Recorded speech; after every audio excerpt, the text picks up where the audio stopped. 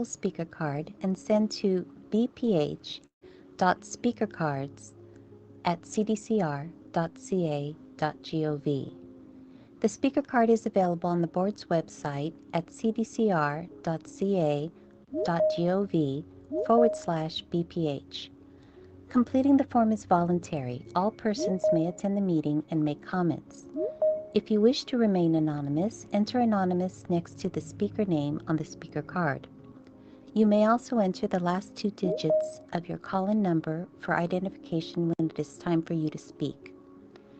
You may also call 916-322-4752 to register your speaker information. If you need to leave a voicemail message, please include your name or anonymous, your telephone number or last 2 digits, organization if applicable, name of case on agenda and CDCR number, whether you are calling in support or in opposition of parole, and identify yourself as family, attorney, district attorney, victim, next of kin, anonymous, or other. Please note interpreters will not be provided for any language. Please make arrangements with a friend or family member to interpret for you. Additional time will be provided. Spanish letters may be submitted in advance for translation to the speaker card email address. Si desea hacer un comentario, por favor llene una tarjeta y lo manda al correo electrónico bph.spercards@cdcr.ca.gov. La tarjeta está disponible en nuestro sitio web al cdcr.ca.gov/BPH. Llenar la tarjeta es voluntario, quien quiera puede asistir y hacer comentarios.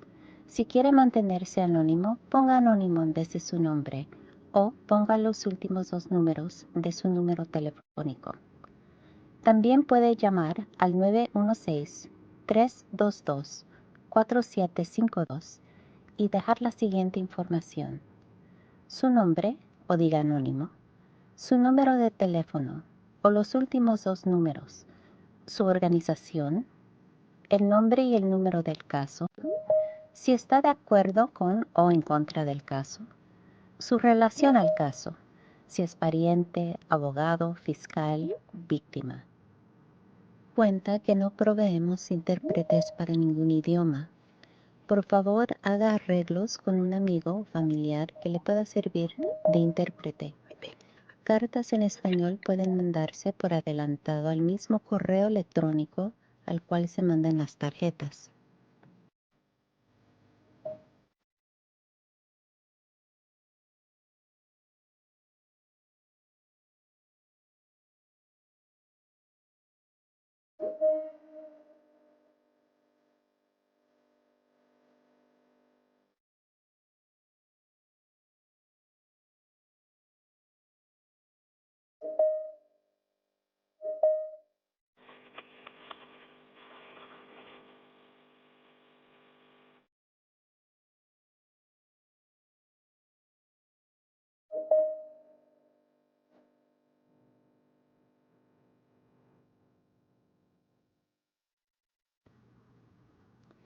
If you wish to speak, please complete a fillable speaker card and send to bph.speakercards@cdcr.ca.gov. The speaker card is available on the board's website at cdcr.ca.gov/BPH. Completing the form is voluntary. All persons may attend the meeting and make comments. If you wish to remain anonymous, enter anonymous next to the speaker name on the speaker card. You may also enter the last 2 digits of your call-in number for identification when it is time for you to speak. You may also call 916-322-4752 to register your speaker information. If you need to leave a voicemail message, please include your name or anonymous, your telephone number or last 2 digits, organization if applicable, name of case on agenda and CDCR number, whether you are calling in support or in opposition of parole, and identify yourself as family, attorney, district attorney, victim, next of kin, anonymous, or other. Please note interpreters will not be provided for any language. Please make arrangements with a friend or family member to interpret for you. Additional time will be provided. Spanish letters may be submitted in advance for translation to the speaker card email address.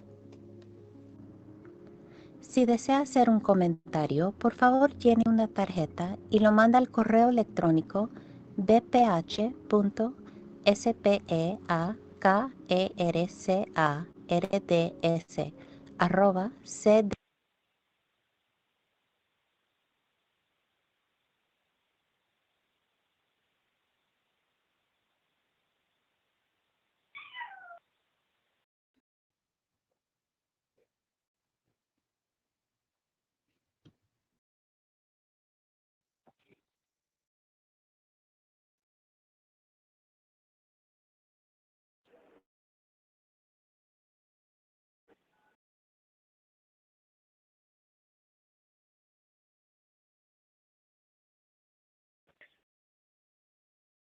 Please remain muted for now. Thank you.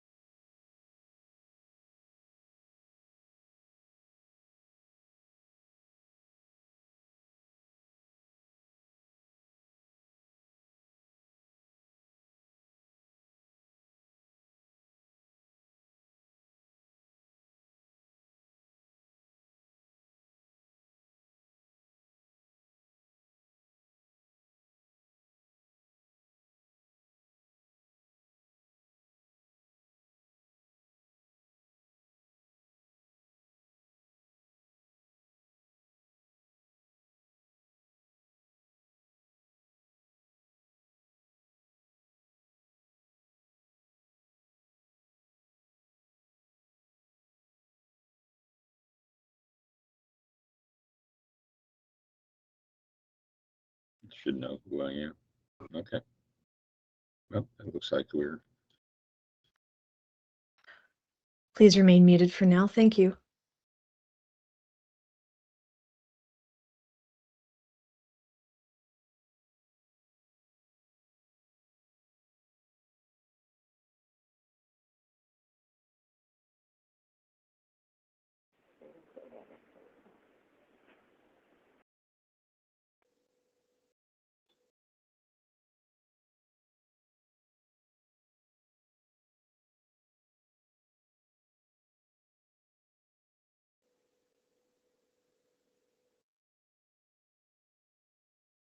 We see you, Director Wyckoff.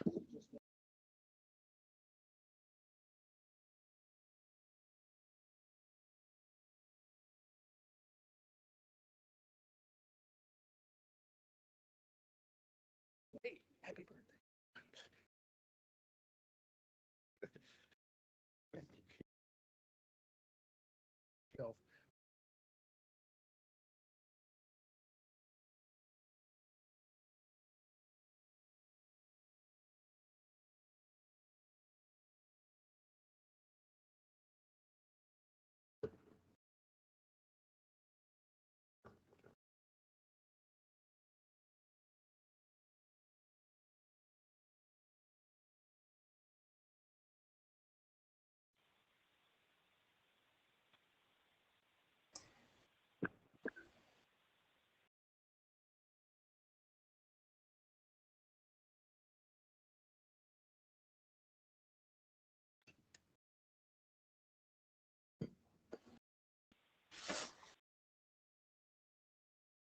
Is the moderator ready? I am, sir. Can you hear me? Commissioner, whenever you're ready. Yes. Good morning. I'm Scott Wyckoff, Executive Officer for the Board of Parole Hearings. Thank you for being with us today, and welcome to the Board of Parole Hearings Monthly Executive Board Meeting. We are hosting this meeting in person and by video and telephone using Microsoft Teams. We have a majority of the commissioners in person for this meeting as required by the law.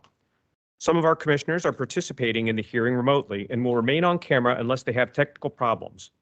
If a commissioner appearing by video is experiencing connectivity issues and needs to turn off their camera, the chairperson will announce this at the earliest opportune time.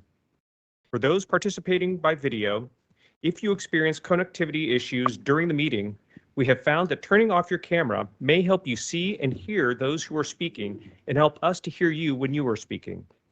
If you wish to speak today, we ask that you please fill out a speaker card on the board's website under the tab called Board Meetings and the link called Meeting Agendas.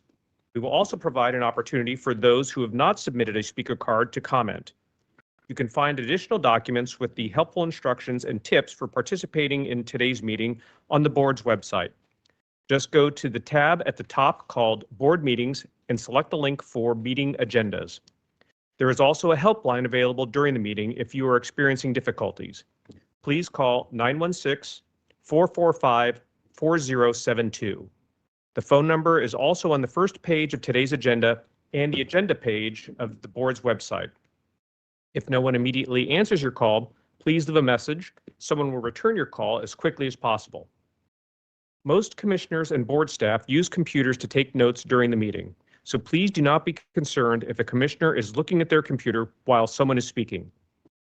We ask that you please mute your computer microphone or phone.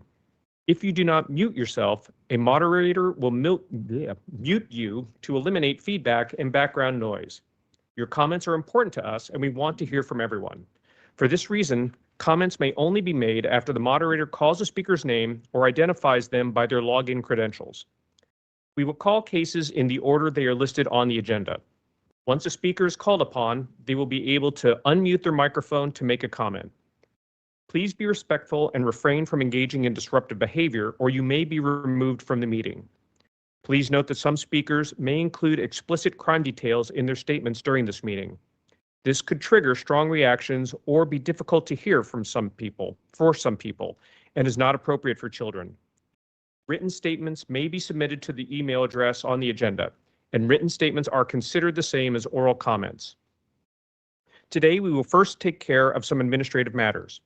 We will then hear general public comments regarding the board. Then we will take comments on individual cases in the order the cases appear on the agenda. All comments are limited to 2 minutes per speaker. We ask that you please be respectful of the time limits. Also, if you timely submitted a written statement to the board, the commissioners will consider it. For this reason, you are encouraged to reference your written statement and use your time today to provide additional information as needed. Once the board has heard comments on each case on the agenda, the board will go into closed session to deliberate and vote on each case. Board staff will post the decisions for today's cases within 24 hours in the lobby on the ground floor of the board's office at 1515 K Street, Sacramento, and on the board's website. I will now turn the meeting over to Commissioner Barton. Good morning, everyone. Today's date is February 19th, 2025. The Board of Parole Hearings Executive Board meeting is now in session. I will now call roll. Chairperson is present. Commissioner Cassidy. Present. Commissioner Kozel. Commissioner Long. Present. Commissioner Minor. Present. Commissioner Muniz. Present. Commissioner Nwajé. Commissioner O'Mara. Present. Commissioner Purcell. Present. Commissioner Ruff. Present. Commissioner Schneider. Present. Commissioner Sheffield.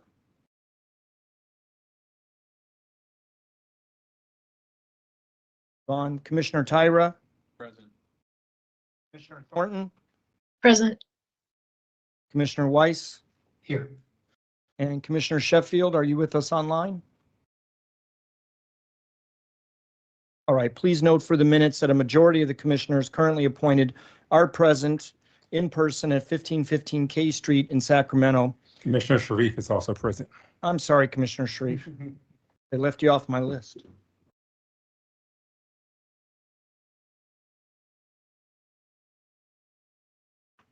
All right. We will now turn to the consent calendar. Items on the consent calendar are routine matters that require board approval. Does any board member have any comments or clarifications regarding the January 2025 meeting minutes?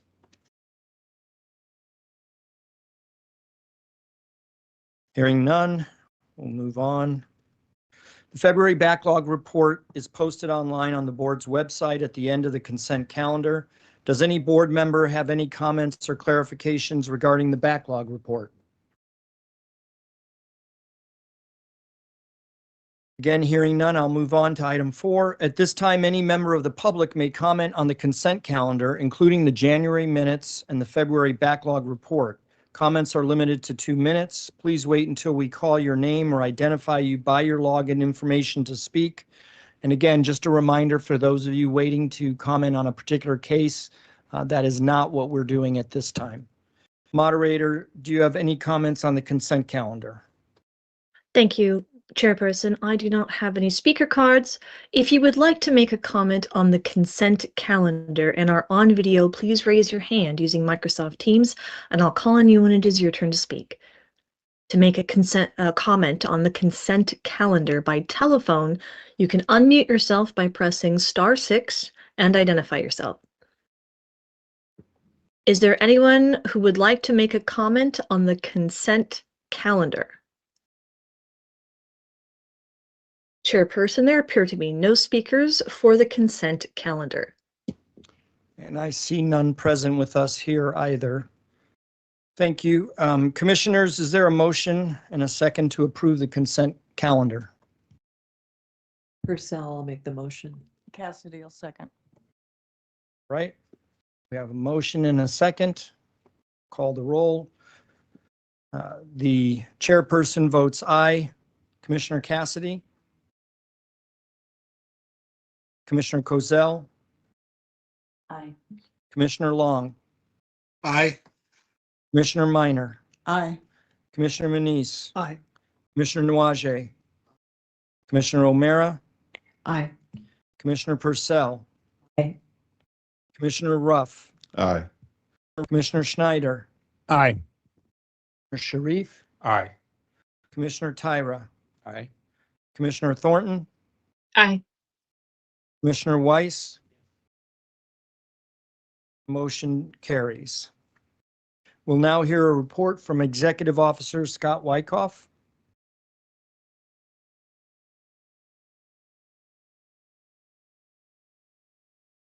Good morning again, Commissioners. I wanted to provide you an update on some outreach that the board did recently. On February 2nd, members of the executive team, myself, Tara Deach, Jessica Blonyan, and Dr. Tarani attended a Q&A panel at Parole Justice Works Legal Symposium.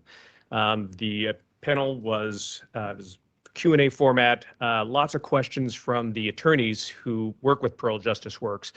Some of the questions that they dealt with involved how hearings are conducted. They had lots of comments and questions about victim education, and also some really good points about the use of interpreters.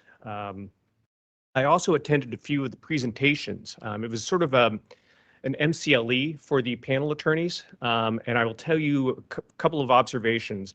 The panels were excellent. There were incarcerated persons who were speaking about their experience with the board and the things they have done since going home. There were victims who were there who talked about the meaningfulness of restorative justice.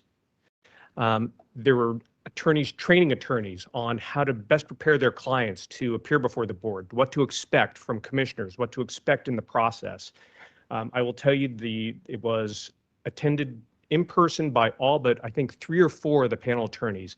They were engaged, they asked lots of questions, and they all demonstrated a great commitment to representing their clients to the best of their abilities.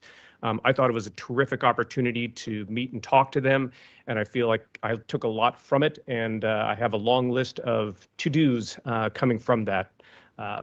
symposium. So I'm happy to answer any questions that the commissioners may have. Otherwise, my report is complete. Any questions? Well, thank you, Mr. Wyckoff. We will now hear a report from Chief Counsel Jessica Blanian.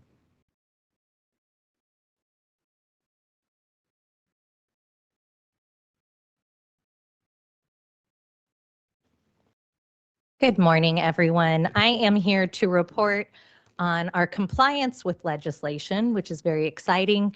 AB 2310, which I've reported on a number of times, required us to translate blank forms and notices into the top 5 languages for people who will be coming in for a hearing. We have complied with the translation portion. We also have the notices up on our website. We will continue by distributing the forms to the law libraries at the institutions. And then we're also seeking to have them uploaded on the tablets. But there's going to be a new contract on the tablet. So we're in a little bit of a holding pattern on that portion. But I'm glad that we have these resources available. We are also meeting with some advocates to discuss the best way to publicize that these resources are available. So that is all. Thank you. Thank you, Ms. Blanian. And I see Dr. Tehrani online. So we will now hear a report from Chief Psychologist, Dr. Jasmine Tehrani. Good morning, commissioners. I'm here to provide an outreach update.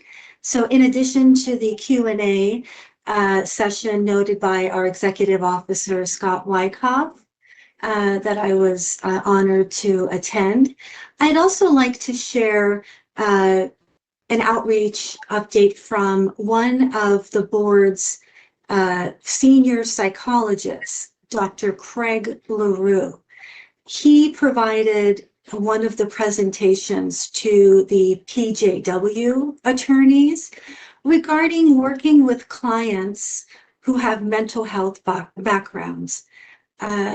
Some of you may know that Dr. LaRue, one of our senior psychologists, is uniquely qualified to provide such a training in that not only is he a forensic psychologist, he is also an attorney. I'd like to thank PJW founder and president, Ms. Heidi Rummel, for the invitation and the great work that she does to promote meaningful and effective participation in the hearing process. Thank you very much. Thank you, Dr. Tehrani. We'll now hear a report from the Office of Victim and Survivor Rights and Services, Ms. Aceves. So it's actually Miriam Almachawi. Good morning. Filling in. Okay, thank you. Yeah, so I'm actually the new chief of the California Department of Corrections and Rehabilitation Office of Victims and Survivors Rights and Services. I was just sworn in last week, but I am looking forward to working with you. Thank you. And getting more victims registered to participate in parole hearings, and of course to address any questions and concerns that they may have about the process. I don't currently have any very much in terms of updates, other than that we're working on planning our National Crime Victims' Rights Week event, which will take place in April. It is tentatively scheduled to take place on Thursday, April 10th, and we'll share more information as it becomes available. It's nice to meet everybody and look forward to working with you. Well, thank you, and thank you for joining us this morning. We'll update all of our information here on this end. All right. We will now ask the commissioners if they have any agenda items they'd request for a future meeting.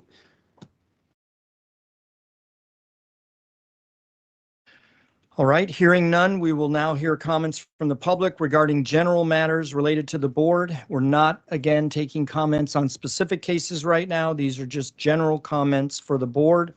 Comments concerning future parole hearings are not permitted during this meeting. Please send those comments to the board for inclusion in the materials for the future hearing. Comments are limited to 2 minutes and there is no opportunity for rebuttal. Please wait to speak until we call your name or identify you by your login information. Moderator, is there anyone seeking to make a general comment related to the board online? Yes, thank you. We do have a couple of comments. I believe several of them are in person. Vanessa Nelson, You are our first. Yes, she's here. Perfect. Good morning. One of the issues that we often hear about, and pretty often from lifers, is the confidential information conundrum. When allegations of various misbehaviors are made against an individual, and these allegations are often very vague and repetitive. The last one I saw last week, it was noted that, quote, it was reported that you continue to have contacts with known members of an STG, unquote. This is reminiscent of a statement from a long ago parole commissioner who said, denying parole to a lifer, you continue to hang out with known criminals. He was in prison, so that wasn't really a surprise. In this recent situation, this was the reason given for the denial of his hearing advancement via administrative review and had been a contributing factor to his parole denial 12 months earlier. Same allegation, same wording, this time dated 2 months before the administrative review. This individual situation is typical of what we see and what lifers face when vague, not easily provable or disprovable allegations are made and in turn often used by parole panels to support a denial. Yet this individual, again typical of what we see, had had no 115s, either gang or not related, for the last 3 years. Surely in that time, if he had been actively interacting with the gang cohort, a custody officer would have found some reason to do a write-up, as we know staff are not reticent about doing RVRs. And though we had no 115s or 128s, the parole panel and the administrative review found these vague, unsubstantiated, and repetitive allegations credible enough to deny him freedom. Basically, this amounts to hearsay, something that would never be credible in a court. And while we understand that a hearing is not a trial, surely there must be a way to provide more substantiation for these allegations or a time limit on when their repetitive use can be a denial factor, absent any supporting details. Thank you. Right, thank you.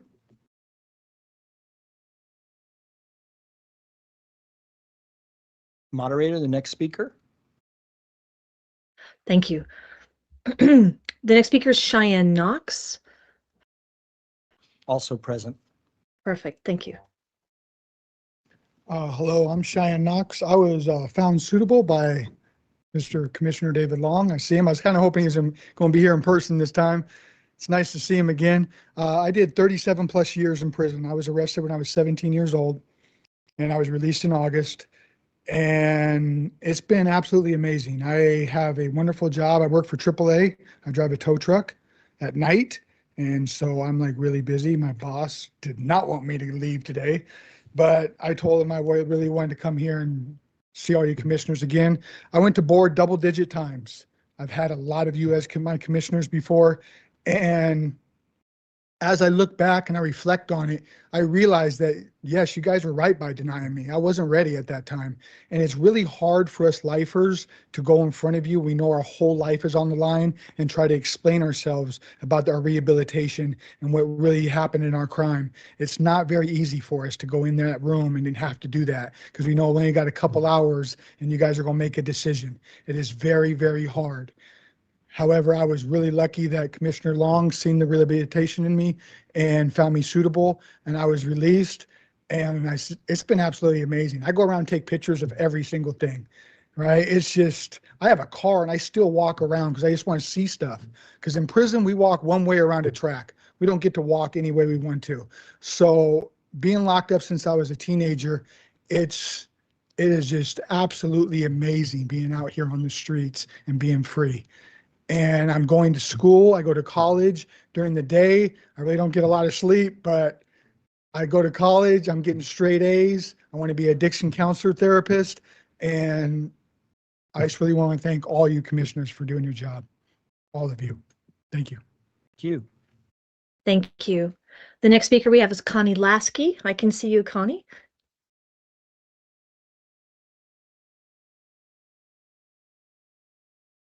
Good morning, commissioners. As we all know, the question that has to be answered at a parole hearing is, does the inmate pose an unreasonable danger to public safety? As commissioners, you consider many factors to help you make that decision. One of the things you consider is whether or not the inmate continues to engage in criminal thinking.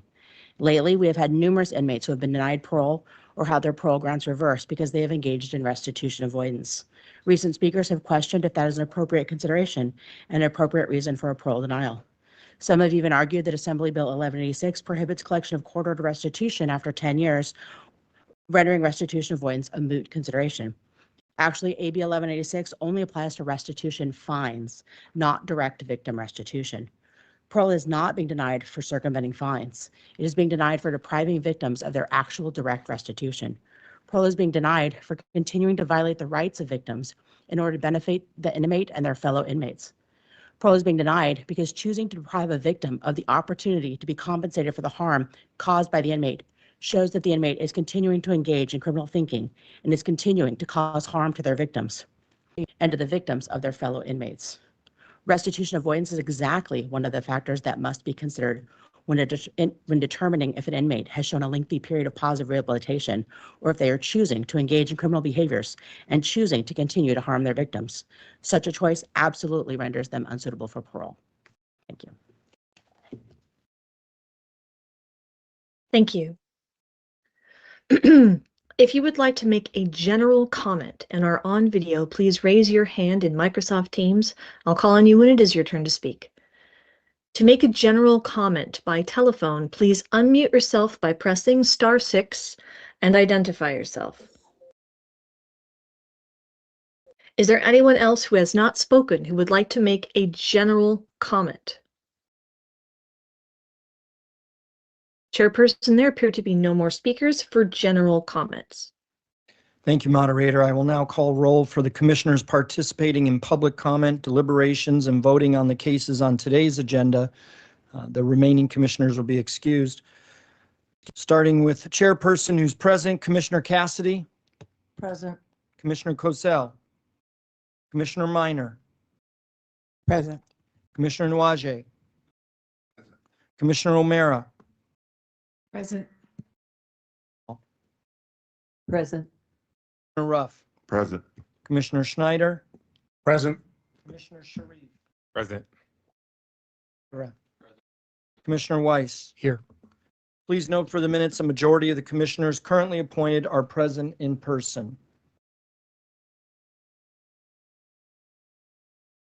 We will now be hearing comments regarding cases on today's agenda. For each case, first, we will take comments from those in support of the incarcerated person, starting with speaker cards, and then those who did not submit a speaker card. Then we will take comments from those in opposition to the incarcerated person, again, starting with speaker cards and then calling those who did not submit a card. Comments are limited to 2 minutes. There is no opportunity for rebuttal. If you are speaking, please eliminate any background noise. The moderator will call your name or identify you by your phone number when it is your turn to speak. Your 2 minutes will begin when you start to speak.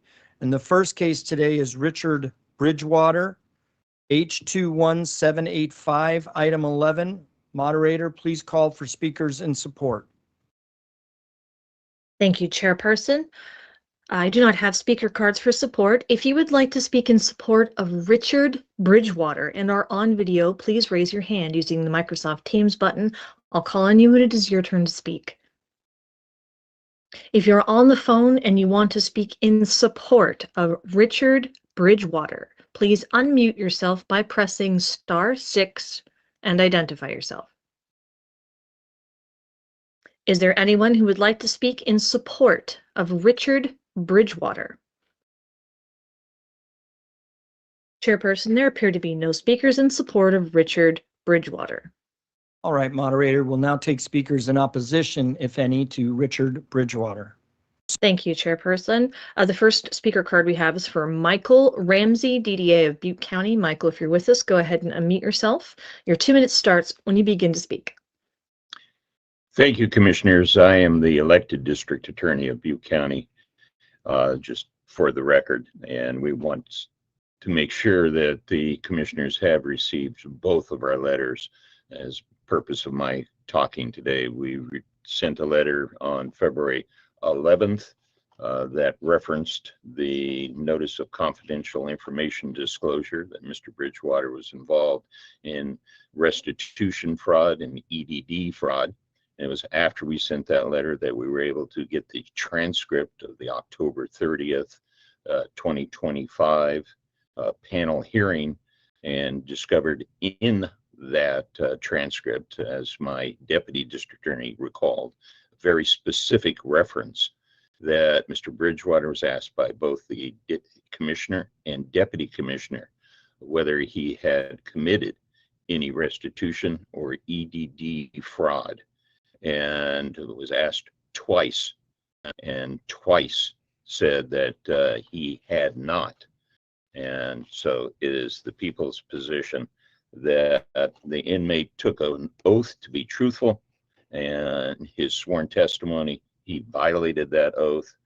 That shows continued criminal thinking, and obviously damages his credibility such that any of his comments are therefore made untruthful.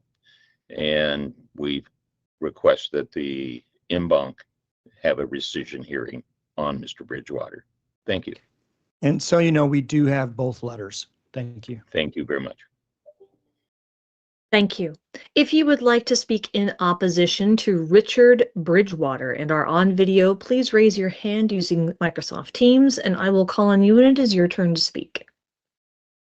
If you're on the phone and you want to speak in opposition to Richard Bridgewater, please unmute yourself by pressing *6 and identify yourself.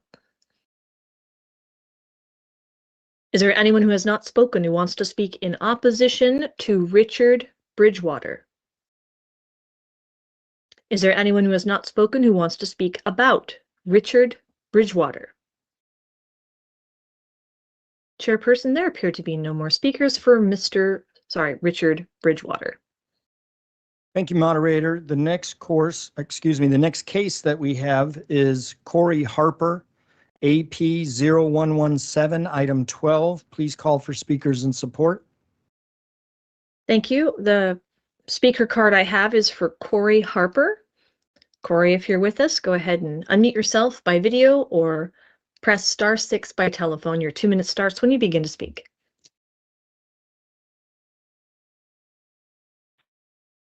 Corey Harper, if you're with us, we cannot hear you. Hello. Yes. Yes, go ahead. My name is Corey Harper. Yes, and I'm just speaking on my behalf. This is my first time ever going to board. I didn't even know I would be going to board because I'm a YLP. And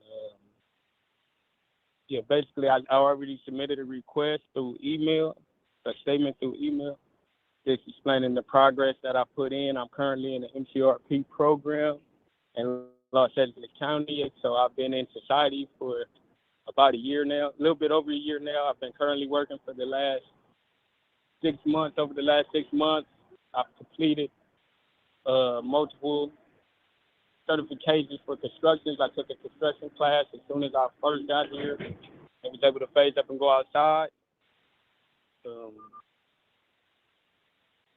A lot of things I really didn't understand while being incarcerated.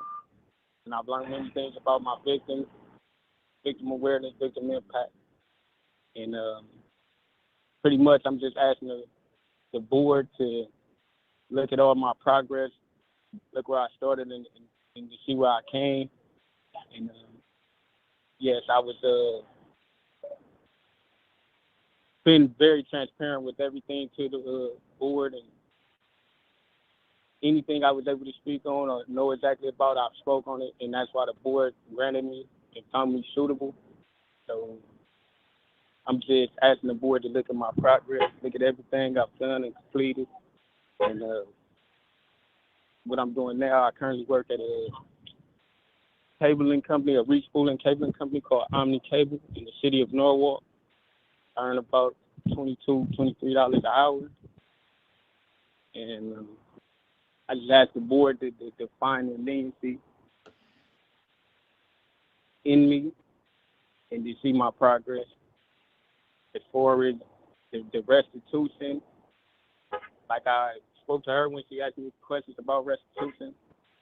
I have never let nobody go to store on my books, but through having further conversation with one of my peers, they said even if I allowed somebody to put money on my books for food sales, it constitutes the same thing. And that is something I have done. Anytime I haven't maxed out, I let people put extra money on my books to go to food sales and things like that. So I just asked the courts and the board to look at everything that I've been doing positively since I've left prison, before before I left prison, from being RVR free to where I'm at now. I'm in society. Your 2 minutes Putting have the work in. elapsed. Please conclude your statement. Longer than 2. That's it. I just asked the board to just look over everything and just look at my progress. And I'm in society. Thank you. Thank you. If you would like to speak in support of Corey Harper and are on video, raise your hand using the Microsoft Teams button. I will call upon you when it is your turn to speak. If you're on the phone and you want to speak in support of Corey Harper, please unmute yourself by pressing *6 and identify yourself. Is there anyone who has not spoken who wants to speak in support of Corey Harper? Chairperson, there appear to be no more speakers in support of Corey Harper. Thank you, moderator. Please, we will now take speakers in opposition to Corey Harper. Thank you. We do have a speaker, Julianne Walker. Julianne, if you're with us, go ahead. Julianne, if you're with us, go ahead. Your 2 minutes starts when you begin to speak. Thank you. Good morning. The people on behalf of LA County District Attorneys agree with the comments, the general comments of Connie Lasky, given just a few minutes ago, that the evidence of EDD fraud and restitution circumvention warrants a rescission hearing. The fraudulent behavior demonstrates continued criminal thinking and lack of lengthy pro-social rehabilitation. Thus, we ask that this matter be rescinded, or set for a rescission hearing. Thank you. Thank you. If you would like to speak in opposition of Corey Harper and are on video, please raise your hand using the Microsoft Teams button and I'll call on you when it is your turn to speak. If you are on the phone and you want to speak in opposition to Corey Harper, please unmute yourself by pressing *6 and identify yourself. Is there anyone who has not spoken who wants to speak in opposition to Corey Harper?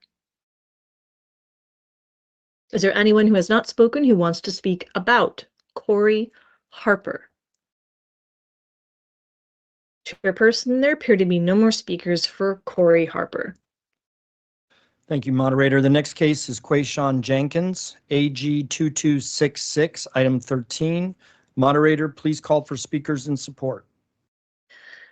Thank you, Chairperson. If you would like to speak in support of QUAYSHAWN Jenkins and are on video, please raise your hand using the Microsoft Teams button, and I'll call on you when it is your turn to speak. If you are on the phone and you want to speak in support of QUAYSHAWN Jenkins, please unmute yourself by pressing *6 and identify yourself. Is there anyone who would like to speak in support of QUAYSHAWN Jenkins? Chairperson, there appear to be no speakers in support of QUAYSHAWN Jenkins. All right, moderator, we will now take speakers in opposition to QUAYSHAWN Jenkins. Thank you. We do have Julianne Walker. One more time, go ahead. Thank you again. Good morning. As said previously, the people of this, on behalf of the state of California from Los Angeles County do believe that the evidence of EDD fraud and circumvention of restitution warrants a rescission hearing. The fraudulent conduct and behavior demonstrates continued criminal thinking and lack of lengthy prosocial rehabilitation. Thus, we ask that the matter be set for a rescission hearing. Thank you.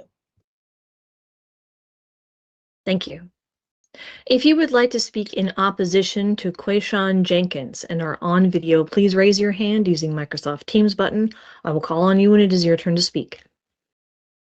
If you're on the phone and you want to speak in opposition to QUAYSHAWN Jenkins, please unmute yourself by pressing *6 and identify yourself.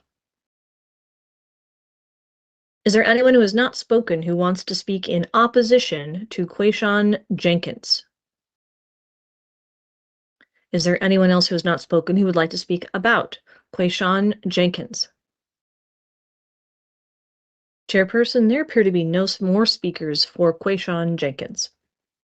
Thank you. The next case is Jeremy Foster, P07030, Item 14, moderator, please call for speakers in support. Thank you, Chairperson. If you would like to speak in support of Jeremy Foster and are on video, raise your hand using the Microsoft Teams button. I'll call on you when it is your turn to speak. If you're on the phone and you want to speak in support of Jeremy Foster, please unmute yourself by pressing *6 and identify yourself. Is there anyone who would like to speak in support of Jeremy Foster? Chairperson, there appear to be no speakers in support of Jeremy Foster. Thank you, moderator. Please call for any speakers in opposition to Mr. Foster. Thank you, Chairperson. If you would like to speak in opposition to Jeremy Foster and are on video, please raise your hand using the Microsoft Teams button and I'll call on you when it is your turn to speak. If you're on the phone and you want to speak in opposition to Jeremy Foster, please unmute yourself by pressing *6 and identify yourself. Is there anyone who would like to speak in opposition to Jeremy Foster? Is there anyone who would like to speak about Jeremy Foster? Chairperson, there appear to be no speakers for Jeremy Foster. Thank you. The next case is Brian Trelatsky. CDCR number is T48471, item 15. Please call for speakers in support. Thank you, Chairperson. If you would like to speak in support of Brian Trelatsky and are on video, raise your hand using the Microsoft Teams button and I'll call on you when it is your turn to speak. If you are on the phone and you want to speak in support of Brian Trelatsky, please unmute yourself by pressing *6 and identify yourself. Is there anyone else who has not spoken who would like to speak in support of Brian Trelatsky? Chairperson, there appear to be no speakers in support of Brian Trelatsky. Thank you. We'll now take speakers in opposition to Mr. Trelatsky. Thank you, Chairperson. If you would like to speak in opposition to Brian Trelatsky and are on video, please raise your hand using the Microsoft Teams button and I'll call on you when it's your turn to speak. I see we have a hand raised. Chonghua Lee, go ahead and unmute yourself. Your 2 minutes starts when you begin to speak. Good morning. My name is Chonghua Lee. I'm a Deputy District Attorney with Ventura County. Commissioners, the inmate Brian Trelatsky murdered his 10-week-old baby so that he could indulge in drugs and get high in peace. The baby died from a closed head injury due to battered child syndrome. Meanwhile, the inmate repeatedly lied about the series of injuries that he had inflicted on the victim over the course of a couple weeks. In fact, he tried to blame vaccinations and even his toddler son for the injuries. The inmate's testimony at the last hearing indicated he had ongoing struggles with criminal thinking and impulse control that was evident in how he discussed his prior incidents of stealing food. He claimed at that hearing he no longer tries to get away with antisocial behavior, is no longer dishonest, and no longer feels the urge for alcohol and controlled substances. He even reported that his last urge for alcohol and substances was 4 years ago. That hearing occurred on September 13, 2024, and now we come to learn that 4 months prior to the hearing, the inmate was stopped and caught with unauthorized Suboxone. He never mentioned this incident during the hearing. In fact, what he did mention was that he now felt safe to be around children. Yet ongoing substance abuse issues is a direct nexus to his current risk of dangerousness. The inmate is not suitable for parole, and I ask the board to refer this case for a rescission hearing. Thank you. Thank you. If you are on the phone and you want to speak in opposition to Brian Trelatsky, please unmute yourself by pressing *6 and identify yourself. Is there anyone else who has not spoken who wants to speak in opposition to Brian Trelatsky? Is there anyone else who has not spoken who wants to speak about Brian Trelatsky? Chairperson, there appear to be no more speakers for Brian Trelatsky. Thank you. The next case is Robert Montejo, T82491, item 16. Moderator, please call for speakers in support. Thank you, Chairperson. Dora Montejo or Monteo, go ahead and unmute yourself if you are with us, or press *6 by telephone. Your 2 minutes starts when you begin to speak. Good morning, Commissioners. My name is Dora Montejo. I am the wife of Roberto Montejo. I would like to ditto last month's statement and add further comments to touch on a couple concerns raised last month. Regarding his legal status, he has made efforts to contact the Belizean Consulate in Los Angeles and the Belizean Embassy in Washington, D.C. for processing information and available resources should he be deported. To this day, neither have responded. I also attempted to call the consulate in LA to inquire, but I was told due to confidentiality, they were unable to disclose any personal information or assist. Furthermore, the plans he wrote for his board hearing are the same should he be detained by ICE. Lastly, I would like to comment on his former gang affiliation. He has been honest and forthcoming about his behavior up until he committed to change. I know Roberto since I was 18 years old, and never have I known him to behave as a gang member. The changes I have noticed are his emotional connection, the openness to talk about his past, and his desire to be a good husband and father. Thank you for your time and this opportunity. Thank you. If you would like to speak in support of Roberto Montejo and are on video, please raise your hand using the Microsoft Teams button, and I will call upon you when it is your turn to speak. If you're on the phone, we do have a hand raised. Reynaldo Aguilar, go ahead and unmute yourself. Your 2 minutes starts when you begin to speak. Hello, my name is Reynaldo Aguilar. I'm the Executive Director for Our Time. Our Time is a nonprofit organization committed to rehabilitation as well as reentry services. Robert Montejo has reached out to us, taking initiative in his reacclimation back into the community. He has asked for a lot of resources and just support in regards to sponsorship and everything that's going to help him to readjust back into the community. Throughout this time and being in communication with him, I've gotten to know him and has presented very committed to his rehabilitation as well as with much integrity. And so we have had him fill out a lengthy application process where he listed goals that he would like to achieve upon his release, and our organization will help him to reach those goals and are committed to his success upon re-entry. Thank you.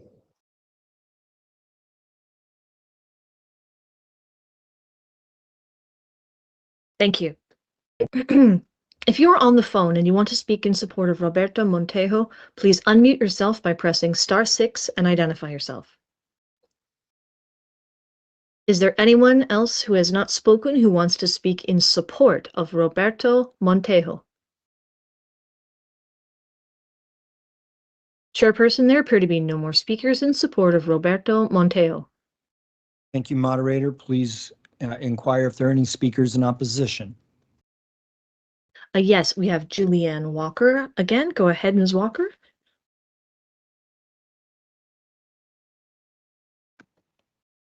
Good morning again. I know I spoke to this matter last month. I would just ask the panel if they looked at the confidential information that apparently was very recent in time in the entry as to whether or not that indicated also recent activity, because there is a concern with Mr. Montejo about his gang activity while in prison, and whether or not he has truly separated himself from that gang activity.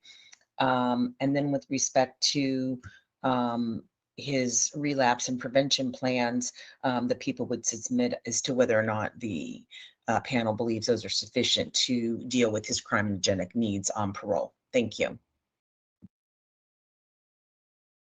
Thank you. If you would like to speak in opposition to Roberto Montejo and are on video, please raise your hand using the Microsoft Teams button, and I will call on you when it is your turn to speak. If you are on the phone and you want to speak in opposition to Roberto Montejo, I see we do have a hand raised for Juanita Marquez. Go ahead, Juanita. Unmute yourself. Your 2 minutes starts when you begin to speak. Good afternoon, Commissioners. My name is Juanita Marquez. I am the widow of the victim, Angel Valadez. The crime committed by Mr. Montejo has personally affected our family. We left behind our son that was 5 years old at the time. And I was at the last board of parole hearings, and I heard Mr. Montejo speak, and I personally don't feel that he's made a change. This is the second murder he committed. The first one was while he was in the youth authority. Obviously, that record has been sealed. I do currently work for the Department of Corrections, and I am in contact with inmates here. And I know, or I should say, I can feel when there's been a change, and I just feel that he's not being honest and forthcoming about his current status with the gang activity and the change that he's made in his life. And I just want to have a voice for my husband that is no longer here, and let the commissioners know that I do oppose him being paroled. Thank you. Thank you. If you are on the phone and you want to speak in opposition to Roberto Montejo, please unmute yourself by pressing *6 and identify yourself. Is there anyone who has not spoken who wants to speak in opposition to Roberto Montejo?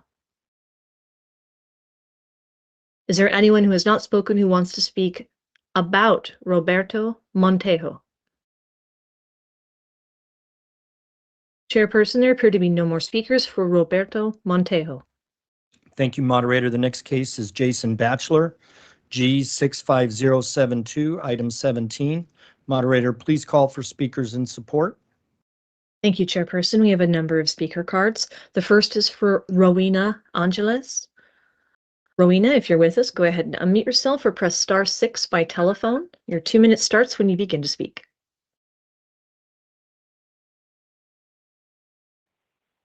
Rowena Hello, Angeles. Oh, go ahead. Yes. Hi.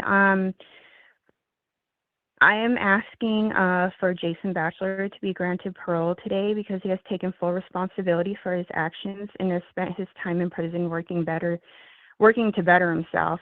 Through participating in various programs, including educational courses and counseling, he has gained valuable insights and learned important lessons about the impact of his behavior on others. These programs have helped him grow emotionally and mentally, and I know he is committed to continuing that growth outside of prison. He has built a strong support system with family and friends who are dedicated to helping him reintegrate into society. We all have been there for him throughout or part of this journey, and our encouragement and guidance will help keep him on the right path. I understand that his past mistakes do not define him, and he is focused on making a positive difference moving forward. He has a deep desire to contribute to the community, whether through employment, volunteering, or being a mentor to others who may be going through similar struggles. I strongly believe he has the ability to make a meaningful impact, and with the lessons he has learned and the support he has, I'm confident that he will lead a productive, responsible life. Thank you for your consideration. Thank you. The next speaker card is for Dominique Williams. Dominique, if you're with us, go ahead and unmute or press *6 by telephone.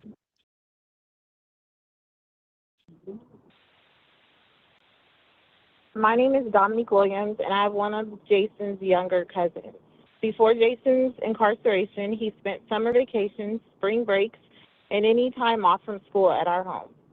Our home became a gathering place for all the cousins, and those times are filled with cherished memories. When I speak with Jason on the phone, we often reminisce about the happy days and look forward to the possibility of continuing those traditions with our children. I have been employed with the San Bernardino County Sheriff's Department going on 11 years. Before that, I worked with the Anaheim Police Department for 4.5 years. Through my experience in law enforcement, I've interacted with many incarcerated individuals. I've met with those who are entrenched in a cycle of crime, as well as those who made remarkable decisions in moments of regrettable decisions in moments of misfortune.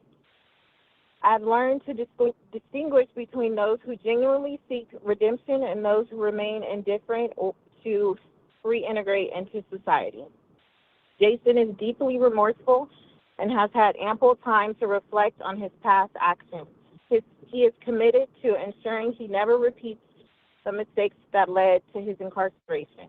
While incarcerated, Jason has endured significant hardships. He missed the birth of his daughter, the passing of his twin brother and mother, and his son's high school graduation.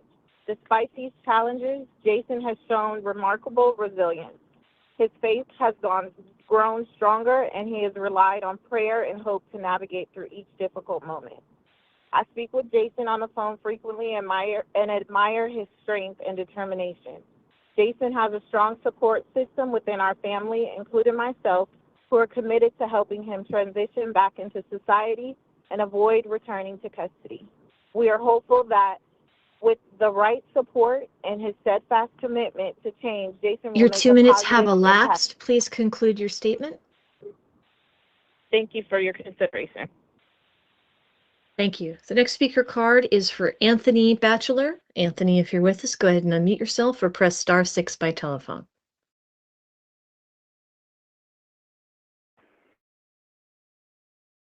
Anthony Batchelor, if you're speaking, we cannot hear you. Yeah, can you hear me now? Yes, we can. Okay, my name is Anthony Batchelor. I'm Jason's uncle.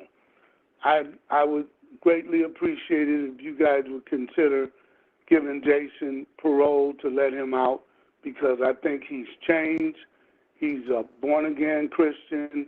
He's finished, he's got his GED while he's been in prison, and I think he's deeply, very apologetic and ready to return to society. Thank you very much, and God bless you for hearing my statement. Thank you. The next speaker card is for Tanya Batchelor. Tanya, if you're with us, go ahead and unmute or press *6 by telephone.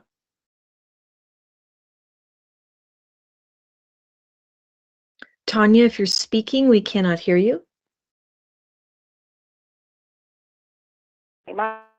Yes, go ahead. I'm Jason's aunt, and I've have been with the Los Angeles County Sheriff Department for 18 years. I just recently retired, and I have dealt with a lot of youth, and I see the tremendous change in Jason, and I just hope that you can consider granting him his parole. He's learned a lot since he's been incarcerated, and he's learned from his mistakes, and I know he will be a great asset to the community. Thank you so very much for considering his parole. Thank you. Thank you. The next speaker card I have is Gary Batchelor. Gary, if you're with us, go ahead and unmute or press *6 by telephone. Yes. Can Go you ahead. hear me now? Yes, we can. Yes, my name is Gary O'Neill Batchelor. I am Jason's uncle. To just present myself, I am a pastor minister, and I've been in the ministry about 42 years and working at one of the local Baptist churches. In education, I have a triple master's. I have a master's in education and public administration and also in business administration. I run a full-service accounting firm, and I am very, very much in support of my nephew, Jason Batchelor. I've had many conversations with him, and when he was out and free, he mixed with the family very well and was really well respected as a young man. I would say that he has a strong Christian background, which is very, very, very strong for our family because all of us are. And his mother was just a really strong believer, and we did a lot of time in prayer. But I also want to say that as far as job possibilities, is that because of what I know about Jason and his background and behavior, that I and my company would be willing to hire him immediately and give him a job. Most of our staff members are degreed people, but we have some other positions that are just ancillary and support. And I think we could get Jason into one of those and get him trained and also get him back in school to go to the next level. But we are the family is strongly supportive of Jason being released, and hopefully that will happen very soon with this panel making a decision today. And we just want to, see our nephew. We thought he was a very good young man, as I would have to say, just very freely. I just believe that Jason has a lot of possibility. He's lost a lot of years, good years, in just being there. And we think we could take him to the next level, and he would have strong support from all of the family members that I'm aware of to make things happen for him. With his mother's passing and him missing that. Your 2 minutes and have also- elapsed. Please conclude your statement. And his brother. But I would say that I strongly support the release of Jason, and we would support him and employ him upon release. Thank you. Thank you. If you would like to speak in support of Jason Batchelor and are on video, please raise your hand using the Microsoft Teams button, and I'll call on you when it is your turn to speak. If you're on the phone and you want to speak in support of Jason Batchelor, please unmute yourself by pressing *6 and identify yourself. Is there anyone else who has not spoken who wants to speak in support of Jason Batchelor? Yes. Oh, go ahead. Hi, my name is Alexis Lee. I am Jason's cousin. I would like to say that Jason has taken full responsibility of his mistakes, and he is excited to prove himself to the world and to society. I'm a licensed clinical social worker, and I have knowledge and experience with working with institutionalized individuals. Jason is motivated to become a productive member of society for a positive change.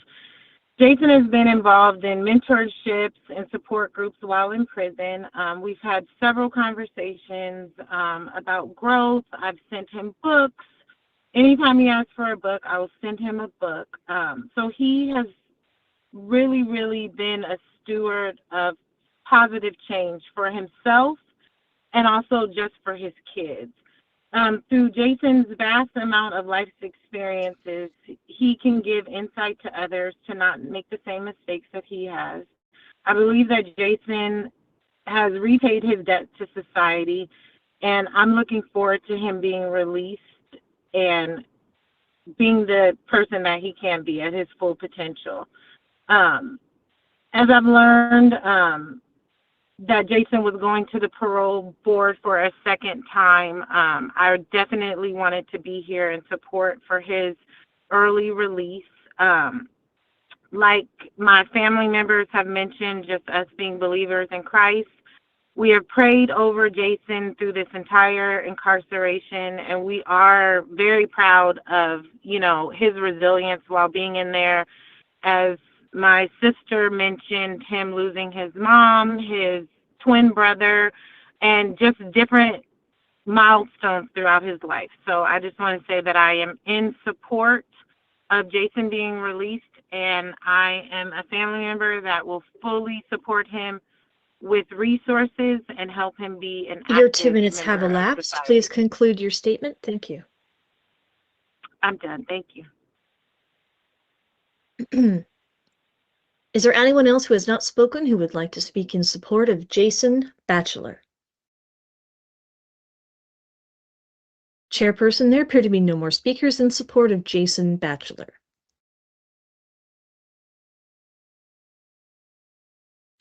Thank you. Please ask for any speakers in opposition. Thank you, Chairperson. We do have a speaker card for Julianne Walker. Go ahead. Thank you. Good afternoon now. With respect to Mr. Batchelor, the concern of the LA County DA's office is, given his prior discipline history, with quite a bit going on in 2016, 2017, and 2018, disobeying orders, cell phone, very serious violations. In that respect, And despite that time frame and the continued programming that he did this EDD fraud after all that time, and after apparently a very successful or without knowledge of the panel of during that 2022 hearing. So the concern is 2 years enough from that time to have fully rehabilitated, given he had all the time before and continued to make this fraudulent conduct? So it appears that the last panel was very positive about Mr. Batchelor, but again, given that long time frame and all that programming before, it just seems that 2 years is not sufficient to gain what he needs with respect to insight and avoidance of the continued criminal thinking that he hid from everybody during that time. Thank you. Thank you. If you would like to speak in opposition to Jason Batchelor and are on video, please raise your hand using the Microsoft Teams button. I will call on you when it is your turn to speak. If you are on the phone and you want to speak in opposition to Jason Batchelor, please unmute yourself by pressing *6 and identify yourself.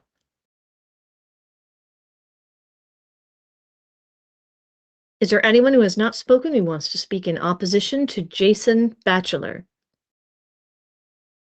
Is there anyone else who has not spoken who would like to speak about Jason Batchelor? Chairperson, there appear to be no more speakers for Jason Batchelor. Thank you, moderator. It appears we're at about the halfway point of our agenda. We're going to take a brief recess. We'll recess for 10 minutes and then we will join the hearing. We'll be in recess until approximately 12:15. Thank you.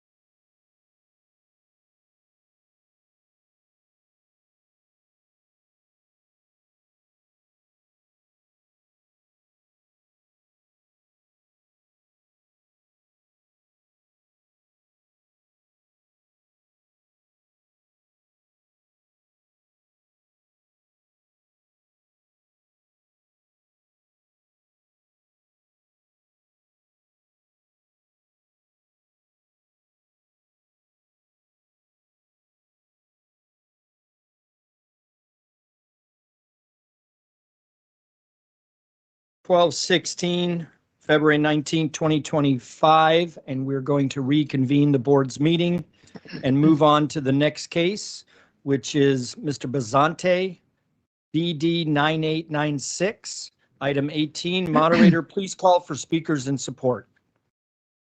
Thank you, Chairperson. If you would like to speak in support of Isaias Bazante and are on video, please raise your hand using the Microsoft Teams button, and I'll call on you when it is your turn to speak. If you are on the phone and you want to speak in support of Isaias Bazante, please unmute yourself by pressing *6 and identify yourself. I see we have a hand raised for R. Bazante. Go ahead and unmute yourself. Your 2 minutes starts when you begin to speak. Yes, hello. My name is Ricardo Bazante. I am the younger brother of Isaias Bazante. Firstly, I do want to say that it is regrettable that I must come here and speak on behalf of my brother and show my support for him in spite of his role in the murder of George Navarro. With that being said, I do believe that my brother has put in the effort and the time to demonstrate that he has changed from the man that he was then. I know that he has taken courses to further his education as well as job offers within his grasp that has given him skills that he can and will be able to use if he is granted parole. I know that his maturity has improved from the man that he once was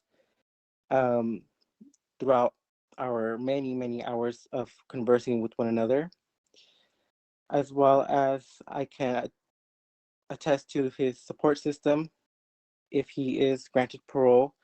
I know that myself and my family members are ready to give him a helping hand, and I just want to say that I do hope that you guys consider the growth that he has put in to be a better person. Thank you. Thank you. If you would like to speak in support of Isaias Bazante and are joining us by telephone, please unmute yourself by pressing *6 and identify yourself. Is there anyone else who has not spoken who wants to speak in support of Isaias Bazante? Go ahead, phone number ending in 2406. No, that's not who I'm coming in for. Is Bachelor. Oh, I believe we have already had Bachelor. We'll come back at the end. Yes. Okay. Should I continue holding? Thank you. I believe there is a period at the end after all the cases. Thank you. Okay. Is there anyone else who has not spoken who would like to speak in support of Isaias Bazante? Chairperson, there appear to be no more speakers for Isaias Bazante. Hello. Thank you, moderator. I'm sorry. Did you wish to speak for Isaias Bazante? No, I just spoke with you. Do I continue to hold? I'm for Bachelor. Jason Yes, Bachelor. ma'am. Yes, ma'am. We've finished with the Bachelor case, but at the end of all the cases, we'll go back to anyone else that still wants to speak. So if you want to hold, we can take your statement at that time. Okay. All right. Thank you. Thank you. We're moving now, moderator, to speakers in opposition to Isaias Bazante. Thank you, Chairperson.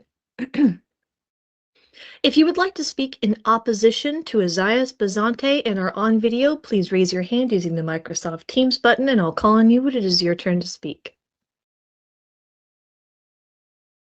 If you are on the phone and you want to speak in opposition to Isaias Bazante, please unmute yourself by pressing *6 and identify yourself. Is there anyone who has not spoken who wants to speak in opposition to Isaias Bazante? Is there anyone who would like to speak about Isaias Bazante? Chairperson, there appear to be no more speakers for Isaias Bazante. All right, thank you. The next case is Leslie Klausner, D84378, item 19. Moderator, please call for speakers in support. Thank you, Chairperson. We have a number of speaker cards. The first is for Dale Klausner. Dale, if you're with us, go ahead and unmute yourself or press *6 by telephone. Your 2 minutes starts when you begin to speak.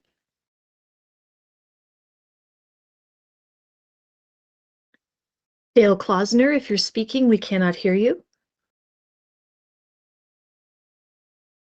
We'll circle back to Dale. Robert, No, I'm okay now. Sorry. Okay, go ahead. Hi, my name is Dale Klausner. My brother Leslie has strived in prison to be totally prepared to be released after 37 years of incarceration. The plan to assure upon his release that he has adequate personal and financial support is as follows. I am going to give him $400 a month. He will also receive Social Security and income from a military injury. I estimate that this total amount will be about $350 a month. Les also wants to work. He is currently working at Oregon State Prison doing CAD design. Leslie's ultimate goal when released is to be living in Oregon near his family. I am aware that upon his release, he will possibly need to go back to California to a halfway house. If so, he has a longtime friend residing in Healdsburg that will provide support. When he eventually makes it back to Oregon, he has 2 daughters for support. One owns a business and will provide a job. Thank you. Thank you very much for your time. Thank you. The next speaker is Robert Costello. Robert, go ahead and unmute yourself or press *6 by telephone. Hi. Go ahead. Hi, can you hear me? Yes, go ahead. Thank you. My name's Robert Costello. I've known Leslie as I'm a participant in the runners program at Oregon State Penitentiary. I started going down there for their monthly runs in 2011 and have continued through to present. Leslie's been a participant in this program. He's also been the inmate organizer of the running program at various times that I've gone down. And I've seen Leslie to be, I didn't know him at the time of his crime, but since that time I've seen him to be very ready to take responsibility for his actions, to be aware of the effect of his actions on his victim and the family, and to be contrite, remorseful, and take ownership of it. I have a master's degree in rehabilitation counseling. That's been my career. For 7 years of my work, I worked with people exiting the prison system, many that were there for long-term incarceration, and working with them towards reintegration into society. We mainly focused on employment, but we also taught life skills and taught adjustment back to life on the outside. I understand that Leslie has a job option in California, as his brother just spoke of, but I would be willing to assist him here if he needed that in all employment-related matters. I'd also be willing to meet with Leslie either virtually by phone or in person, just to provide counseling and guidance on adjustment to life on the outside, as I've done that professionally. I found Leslie to be just a pretty remarkable person after his long-term incarceration, and I'm guessing very much changed from who he must have been to be incarcerated. That's my statement. Thank you very much. Thank you. The next speaker card I have is for Richard Kolb. Richard, if you're with us, go ahead and unmute yourself or press *6 by telephone.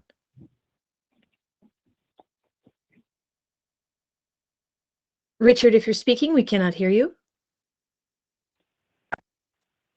Is that better? Yes, go ahead.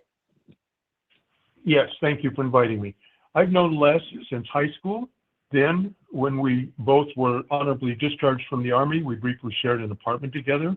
Les served in Germany, where he suffered a head injury in an accident. I served in Vietnam. Later, we both moved to Northern California, where we kept in touch. I had never known Les to be violent, a lawbreaker, or to get in any kind of trouble. So what happened back in 1987 was totally out of character and shocking. Although there's no excuse for his actions, I'm certain drugs and alcohol were the cause. I'd always known Les to be a talented, hardworking craftsman and an artist. I'm sure if he's given a chance, Les will be a good citizen and an asset to the community. I am a widower, currently living in my own home, a 4-bedroom house in Healdsburg, California. If Les needs a place to live, he'd be welcome to live in my home with me. I'm sure with his many talents, he could find employment in the area. From our many conversations, letters, and more recently emails over the last 50 years, I feel Les deserves another chance at freedom. He has paid his debt. I do not believe he possesses any risk to society, and he wishes only to live the rest of his life in peace with his family, children, grandchildren, and friends. He has spent his time wisely educating himself and improving himself. He is committed to a clean, productive life. He lost his way many years ago, but he's grown and matured with age. I stand by my friend and fellow veteran. Thank you. Thank you. The next speaker I have is for Patrick McGusson. Patrick, if you're with us, go ahead and unmute yourself or press *6 by telephone. Hello. Go ahead. I'm an incarceration veteran specialist in the state of Oregon, and I'm an accredited veteran service officer. The reason why I've been asked to speak here today is because I wanted to make people aware of what veteran benefits he would be eligible for. Mr. Klausner is a 50% service-connected veteran and could receive, upon his release, a disability compensation in the amount of $1,102 per month, a tax-free benefit. And he also can receive no-cost medical coverage through the U.S. Department of Veteran Affairs. The coverage includes physical and mental health services, everything but dental work. And it includes eyeglasses, hearing aids, and other forms of specialty care. And when those services aren't available, he can be referred to community providers for that care. He also would receive transition assistance from the U.S. Department of Veteran Affairs, Healthcare for Reentry Veterans Program, which provides counseling and social work, casework to help him transition from prison and to be able to tap into resources such as housing that's available for the U.S. Department of Veteran Affairs in coordination and as preparation for care within the VA healthcare system. He can also receive vocational training and education at no cost to him, and it includes book supplies and tools required for training and vocational setup if he needs to do that. I've worked in a professional capacity with Mr. Klausner for about 9 years. He's been heavily involved with the veterans group in place of his incarceration, had a positive influence there. He's donated his artwork and to raise money for the Veterans Club and also for other community causes. I think what I would characterize his Your 2 minutes has elapsed. Please conclude your statement.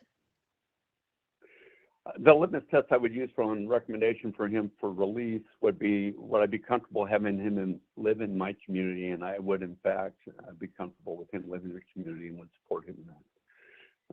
That's all I have. Thank you very much. Thank you. And the last speaker card I have is for Charmin Watts. I see you're with us. Go ahead. Okay. Can you hear me okay? Yes. Hello, I'm Les Klausner's second daughter. There have been multiple parole hearings over the years for my father and several approvals from the board. He has been in prison now for 37 years. My father has attended and completed many behavioral classes and programs. He has had multiple evaluations and has been in counseling for over 30 years. My husband and I have been married for 25 years and have built a very stable life for ourselves and our 3 grown boys. We own a company in Canby, Oregon, and plan to employ my father when he is able to come back to Oregon. I have no doubt that my father would make an excellent addition to our company, and I have full faith in God that my father is not a threat to society. He has done everything asked of him and will continue to do so because he's a good person that deserves a second chance. One of my sister and I's biggest fears is our father dying in prison alone. Our family has been by his side all these years and will continue to be a strong support system for his transition back into society. Thank you for the consideration of parole for my father, Leslie Klausner. I will end with this verse from the Bible. Ephesians chapter 4, verses 31 and 32. Let all bitterness and wrath and anger and clamor and slander be put away from you with all malice, and be kind to one another, tender-hearted, forgiving one another, as God in Christ forgave you. Thank you. Thank you. If you would like to speak in support of Leslie Klausner and are on video, please raise your hand using the Microsoft Teams button, and I'll call on you when it is your turn to speak. If you are on the phone and you want to speak in support of Leslie Klausner, please unmute yourself by pressing *6 and identify yourself. Is there anyone else who has not spoken who would like to speak in support of Leslie Klausner? Chairperson, there appear to be no more speakers in support of Leslie Klausner. Thank you, moderator. We will now take speakers in opposition to Leslie Klausner. Thank you. The first speaker I have is Tara Solheim. Tara, if you're with us, go ahead and unmute yourself or press *6 by telephone. Your 2 minutes starts when you begin to speak.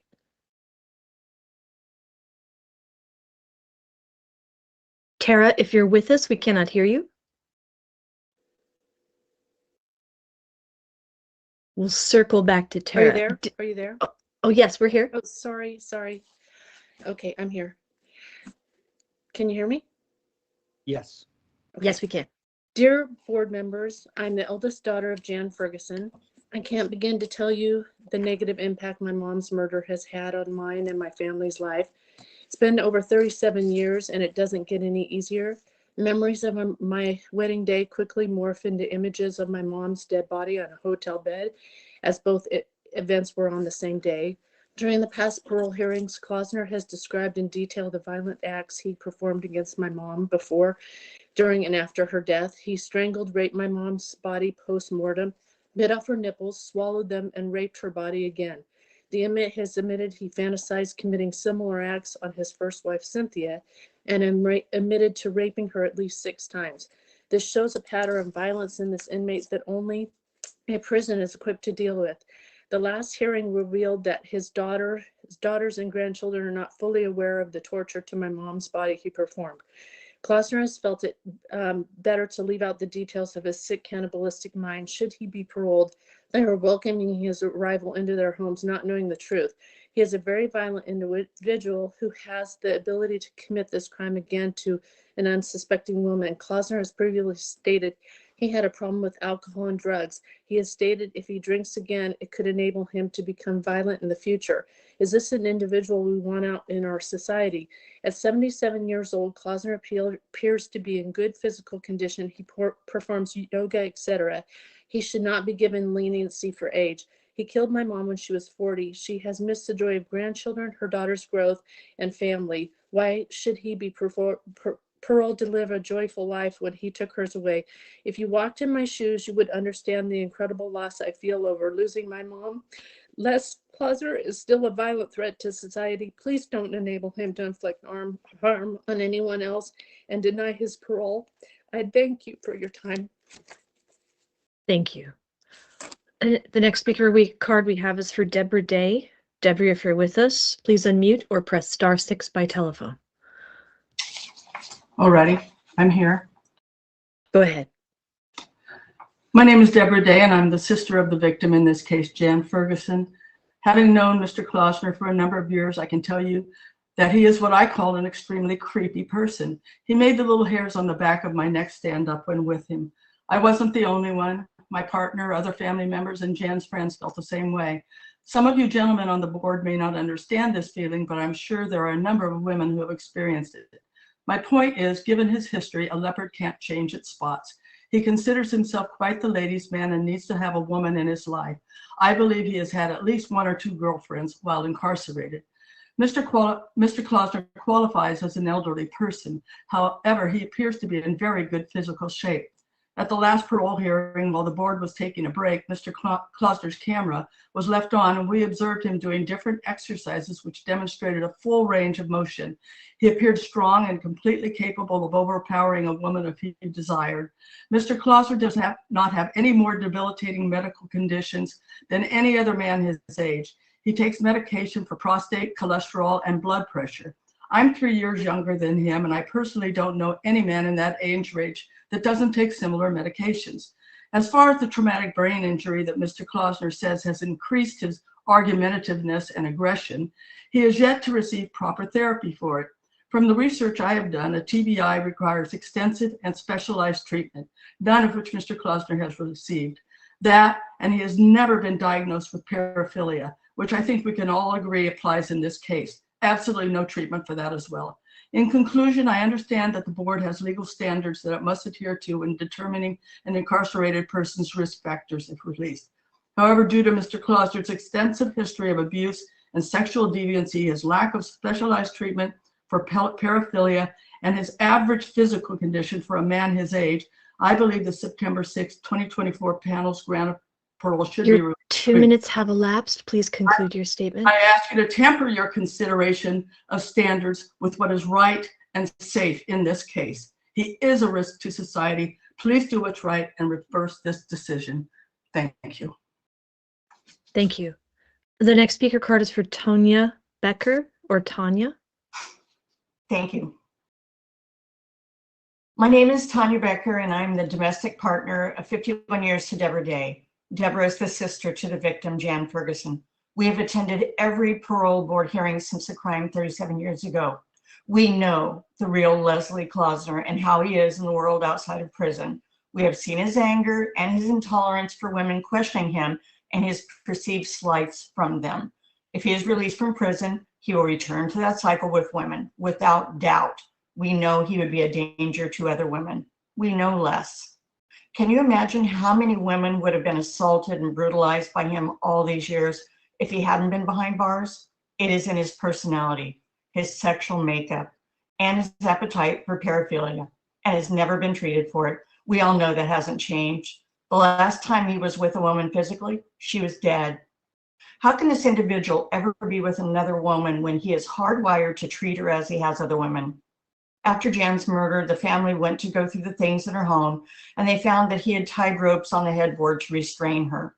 Her young daughter that was living with Jan and Les recounted much later what she experienced with the domestic and sexual abuse, and she was also a victim to him, standing outside her bedroom window at night, smoking a cigarette, looking in her window. One night at the family cabin, he implored me to go on a moonlight walk with him while Jan and Deb were doing dishes. I had to repeatedly decline his advances. As a woman, you grow to sense things when it feels like there's a possible threat. That was the case that evening. I thought afterward, would something have happened to me? My gut always came back and told me yes. The board's reasons for decision on September 6, 2024 spoke of the psychological assessment, which deemed Leslie Klausner a low risk for future violence, but stated not all the measures were used, notably the static 99R, which should have been used to score the sexual component. Because of the oversight, this assessment didn't reflect the true risk you might consider. Your 2 minutes have elapsed. Please conclude your statement. Because of the oversight, this assessment didn't reflect the true risk you might consider for future violence. Given this issue, the board gave the assessment less weight and special consideration to the elderly parole criteria, which doesn't really assess his risk factors. Thank you. Thank you. The last speaker card we have is for Elizabeth Norton, DDA of Sutter County. I see you're with us. Go ahead. Thank you. Can you hear me? Yes. Thank you. I am a special prosecutor for Sutter County DA. I've been assigned to this hearing. The inmate has not completed a sexual offender treatment program in prison, even though after he strangled the victim to death, he raped her, bit her nipples off and consumed them, and then raped her corpse once again. The inmate has also not attended a domestic violence counseling. He apparently leads a group on anger management, But this program is for individuals who actually have an anger management problem. Batterers like inmate have exquisite control over their anger, as evidenced here by his behavior at the wedding of the victim's daughter. When Jan joined the dancing, he became very angry. However, he was able to control his behavior long enough to get Jan to leave with him and go back to their room.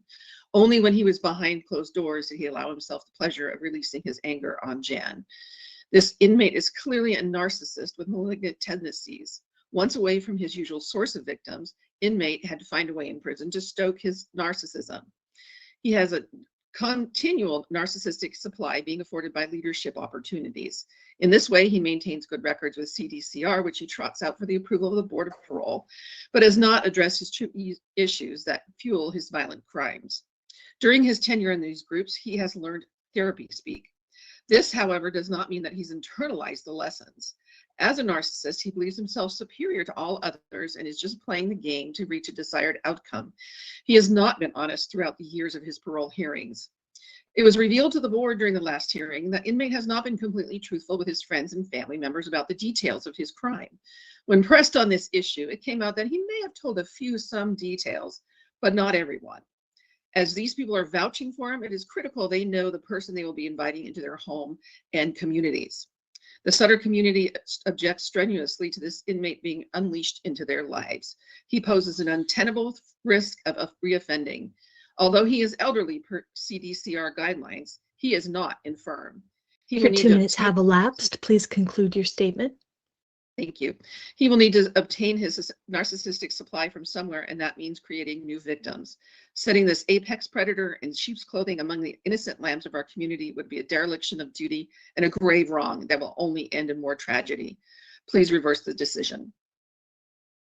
Thank you. Thank you. If you would like to speak in opposition to Leslie Klausner and are on video, please raise your hand using the Microsoft Teams button. I will call on you when it is your turn to speak. If you are on the phone and you want to speak in opposition to Leslie Klausner, please unmute yourself by pressing *6 and identify yourself. Is there anyone who has not spoken who wants to speak in opposition to Leslie Klausner? Is there anyone who has not spoken who wants to speak about Leslie Klausner? Chairperson, there appear to be no more speakers for Leslie Klausner. Thank you. The next case is Charles Fowler Scholes, BA 2455, item number 20. Moderator, please call for any speakers in support.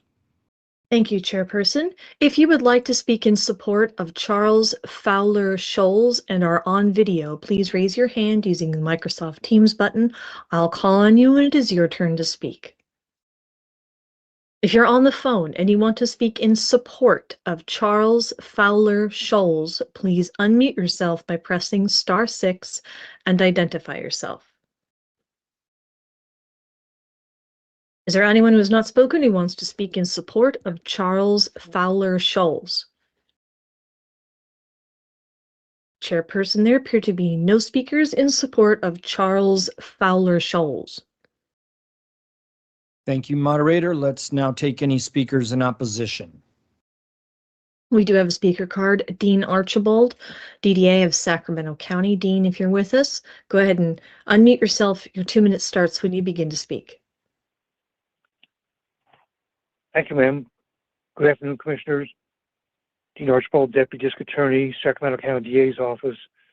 Our office opposes the grant of parole to Mr. Fowler Scholes, and it is a error review of the records.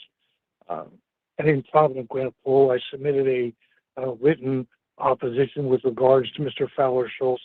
Just in summary, this is someone who, while his crime was some time ago and he has taken some steps towards self-help, I think an overall review of his record reveals he's someone who has intentionally misrepresented himself and his actions and intentions and who he is today to the 2024 parole hearing panel. He deliberately has minimized his connection to gang life and gang activity, completely lied about that, left that out. That's important because, of course, he is now, today, or at the time of the parole hearing in 2024, lying about that, minimizing that, which shows current ongoing criminal thinking, which, of course, is the same kind of criminal thinking that brought about the terrible shooting cataclysm that took place at the time of the life crime. Mr. Fowler-Schultz is someone who also does not have a unblemished recent record as well. He used cell phones in 2022, 2023, probably 20 times. That's 20 possible RVRs right there. If he had been apprehended, he has a number of CDC 128As. He engaged in gambling. There is evidence of restitution circumvention. Mr. Fowler-Schultz's explanation of that, which is another characteristic or modus operandi of his, is explanation that really doesn't make any sense or does not jive with the facts in the record. And these, the discrepancies between the record and Mr. Fowler-Schultz's testimony, they're not minor deviations on a less than important fact. Your 2 minutes have elapsed, sir. Please conclude your statement. Thank you. Or the failure of memory on some particular issue. It is a wide-ranging, intentional minimization of his gang activity, his intentions, and just being dishonest and engaging in criminal thinking about who he was and who he is now. Thank you. Thank you. If you would like to speak in opposition to Charles Fowler-Schultz and are on video, please raise your hand using the Microsoft Teams button. I'll call on you when it is your turn to speak. If you're on the phone and you want to speak in opposition to Charles Fowler-Schultz, please unmute yourself by pressing *6 and identify yourself. Is there anyone who has not spoken who wants to speak in opposition to Charles Fowler-Schultz? Is there anyone else who has not spoken who wants to speak about Charles Fowler-Schultz? Chairperson, there appear to be no more speakers for Charles Fowler-Schultz. Thank you, moderator. The next case is Angel Gonzalez, K30337, item 21. Please call for any speakers in support. Thank you, Chairperson. If you would like to speak in support of Angel Gonzalez and are on video, please raise your hand using the Microsoft Teams button. I'll call on you when it is your turn to speak. If you're on the phone and you want to speak in support of Angel Gonzalez, please unmute yourself by pressing *6 and identify yourself. Is there anyone who has not spoken who would like to speak in support of Angel Gonzalez? Chairperson, there appear to be no speakers in support of Angel Gonzalez. Thank you, moderator. Let's now take any speakers in opposition to Mr. Gonzalez. We do have a speaker card. Dino Paraskevopoulos, DDA of San Diego County. Dino, if you're with us, go ahead and unmute yourself or press *6 by telephone. Your 2 minutes starts when you begin to speak.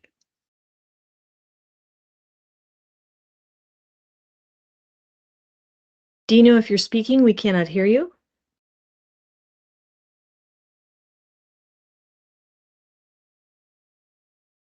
We'll circle back. Good afternoon. Good afternoon, commissioners. Go Thank ahead. you so much for the opportunity to address you and the entire panel. This case, I'm going to make very specific pinpointed comments about this case and why the grant was improvident. And the reason for that takes you to the clinical risk assessment. And in July of 2023, forensic psychologist evaluated the inmate and found that he presented with a classification score of 163. Yes, that's 163. The ultimate determination and finding was that the inmate represents a high risk for violence. That's important because it seemed to have been lost on the evaluation during the hearing by the commissioners. And I don't say that lightly. The clinical risk assessment went through a variety of risk factors and frankly, the inmate's poor performance in prison.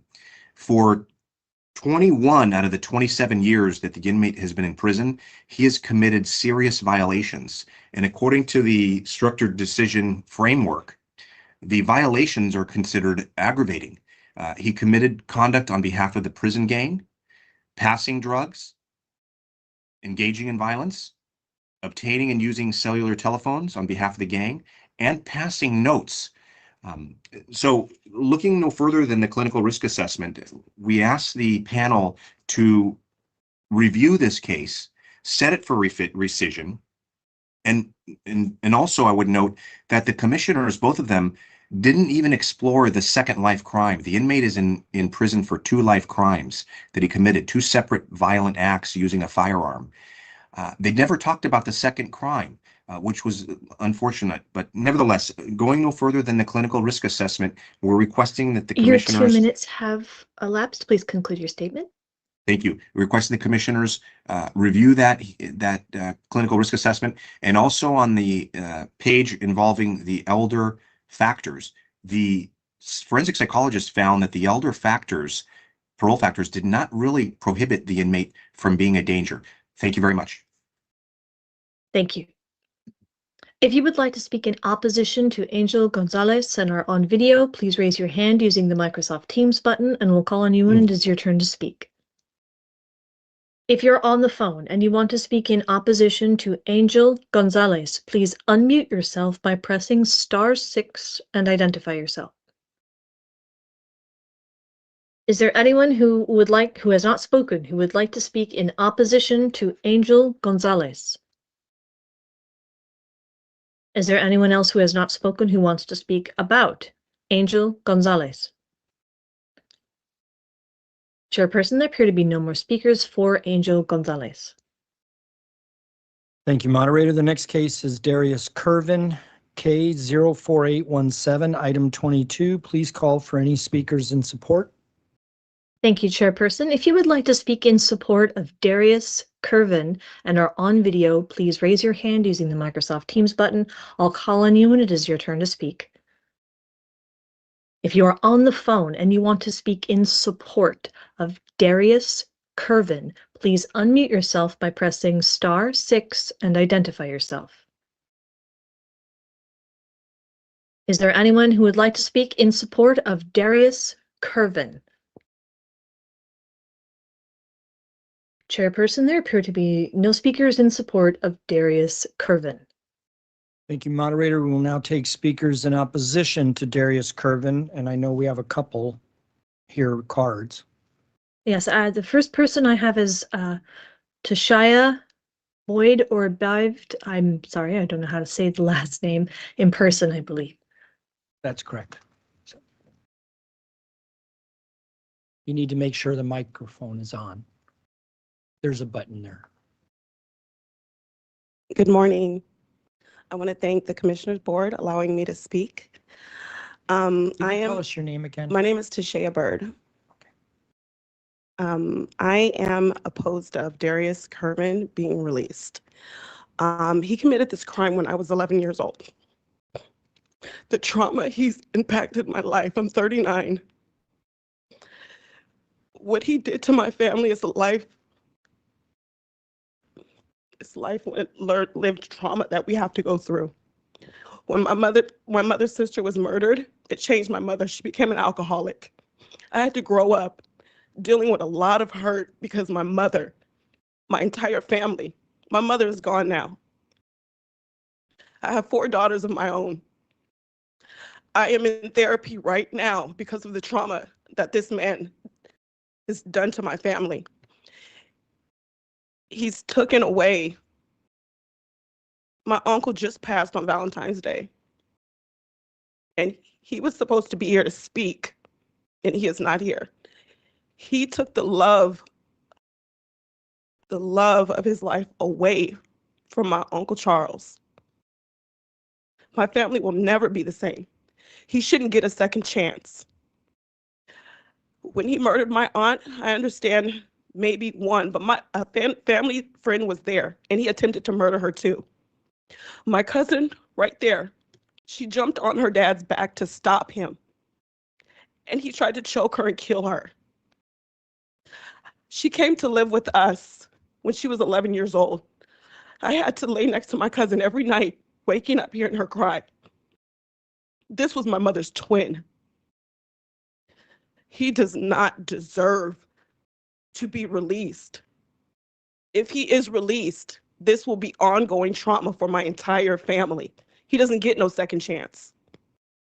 It would be very unjust and biased if he is released. That man is still living his life. He's on Facebook. Your 2 minutes have elapsed. Please conclude your statement. Thank you. I thank you guys very much. Thank you. The next speaker card I have is for Victoria Vasquez, I believe. Yes. Thank you. People of the state of California, Stanislaus County District Attorney's Office asked this board to revoke the grant. Supreme Court found a commitment offense was especially aggravated because the offense was premeditated and intentional. Especially the murder was the culmination of many years of the petitioner's violent and brutalizing behavior toward the victim, his children, and his previous wife. Inmate Curvin has told the board he was not under the influence of controlled substances when he premeditated and deliberated the murder of LaShawn Curvin. He abused LaShawn in a public parking lot in front of witnesses in July of '94, ripped her shirt, grabbed her, bruised her, left 4 round circles on her arms. In April of '95, he strangled LaShawn with an electrical cord. This was after he completed a batterer's treatment program. In July, he rammed LaShawn's vehicle several times into a planter. In August, he busted into her home and he stabbed her 18 times. And then he stabbed her friend Marcia as she called the police. This in the presence of 4 young children, 3 of LaShawn's and 1 of Marcia's. The 911 call provided to this board evidences the children were awake and watching the murder. The board has heard from LaShawn's children who reported seeing him abusing LaShawn and her plans to escape. In 2024, he admitted LaShawn escaped him previously, but he convinced her he had changed, and yet he returned to the abuse cycle. Past conduct predicts future behavior. He has denied any pen pal activity outside of a woman in Germany. However, on prisonpenpals.com/K048817, his CDCR number, it states Darius Curvin. And his words are, "Thank you for giving me a few minutes to introduce myself to you. I am presently incarcerated, but will be going to my parole suitability hearing on September 30th, Your 2 minutes have elapsed. Please conclude your 2022. sentence. This is inconsistent with his statement to the board. He is online, he is seeking other women, and he has not been rehabilitated."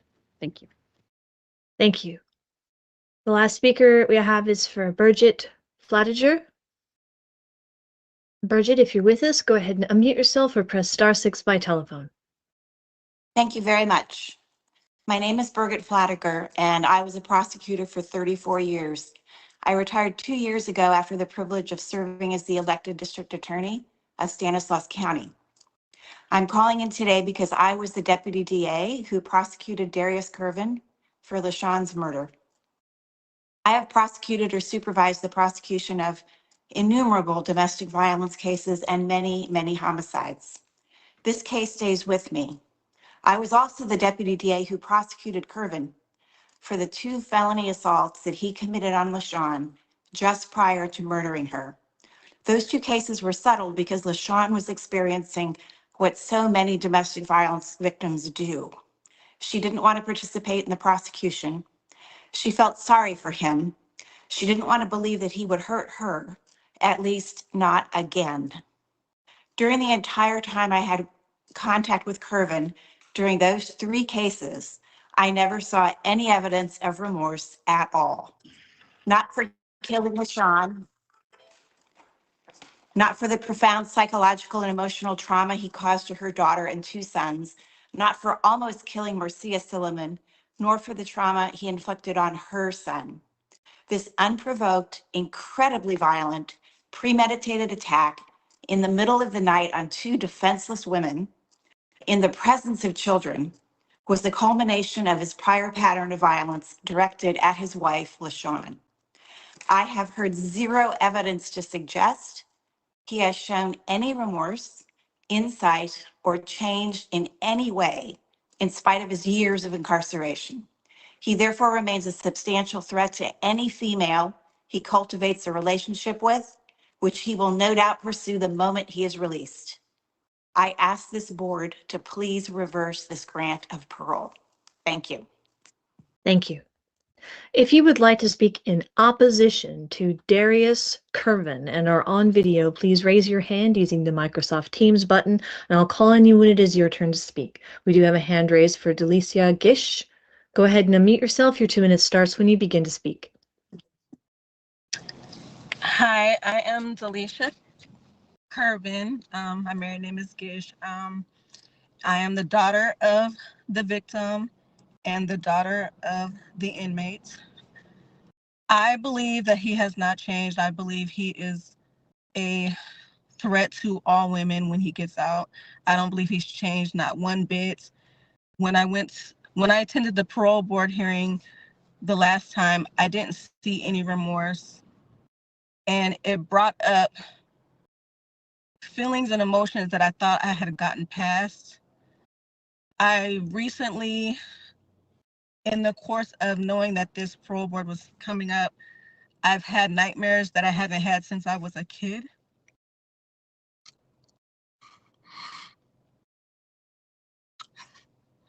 That he was gonna come and kill me. And I never realized that trauma was still there. So he definitely created long life effects that I've stated before. And I just don't believe he is a good fit to society at all. And I am opposed to his release. Thank you. Thank you. If you're on the phone and you want to speak in opposition to Darius Curvin, please unmute yourself by pressing *6 and identify yourself. Is there anyone who has not spoken who wants to speak in opposition to Darius Curvin? Is there anyone else who has not spoken who wants to speak about Darius Curvin? Chairperson, there appear to be no more speakers for Darius Curvin. Thank you, moderator. The next case is William Leisure, H21376, item 23. Please call for any speakers in support. Thank you, Chairperson. I'd like to call Wendy Mogul or Mogul. Wendy, Mogul. if you're Mogul, thank you. Go ahead. Your 2 minutes starts when you begin to speak. I'm Wendy Mogul. I've known Bill since he dated my sister and married her in 1976. I have several post-grad degrees, including a California State High School teaching credential, and with years of business, I can assess weaknesses and strength in myself and others. So when I say that Bill is more than suitable for parole, I'm being objective and realistic. Bill comes from a stable family and social life. He never smoked or swore, still doesn't. Rarely drank alcohol, and when he did, it was Kahlua and milk. He was not a drug user. He was a Marine with 2 tours of duty in Vietnam and an honorable discharge. He was always polite, easygoing, helpful, gentle, even-tempered, and kind. He was friendly to everyone, and he was open-minded about anyone who wasn't like him or didn't think like him. His drawback is that he's not glib. It's hard for him to express his thoughts when pressured. That's not unusual. It doesn't mean that he isn't honest or aware. I've supported his positive outlook all these years through phone calls, letters, and prison visits when my sister was alive. I've seen that Bill has made every possible effort to understand his offense that he knows he can't undo. Yes, he is sincerely remorseful for his actions and for the grief and loss it's caused so many people. He has a clean prison record. He's had leadership roles in programs that teach insight and self-improvement and done everything he can possibly do to rehabilitate himself and earn release. That includes getting old, but he can still benefit the outside world. He wants to work and be a good citizen. He always had a curious mind and was really very skilled in mechanics, from cars to plumbing. He can put these skills to use in the shops in my area. At his age, he can still work for Habitat for Humanity. President Carter did into his 90s. There are parolee reentry programs where he can participate in healing and giving back to the community. He has Your options. 2 minutes have elapsed. Please I'm conclude your committed to statement. provide him a home in my guest house. I will provide transportation for him, money for clothes and incidentals, and a stable community life. He'll continue to have contact with his family in his hometown. I'll help him to learn new everyday skills and avoid the traps and pitfalls of life so he Ma'am, can be your time independent is and up. useful. Thank you for allowing me to speak on behalf of William Ernest Leisure. Thank you. If you would like to speak in support of William Leisure and are on video, please raise your hand using the Microsoft Teams button, and I'll call on you when it is your turn to speak. If you're on the phone and you want to speak in support of William Leisure, please unmute yourself by pressing *6 and identify yourself. Is there anyone who has not spoken who wants to speak in support of William Leisure? Chairperson, there appear to be no more speakers in support of William Leisure.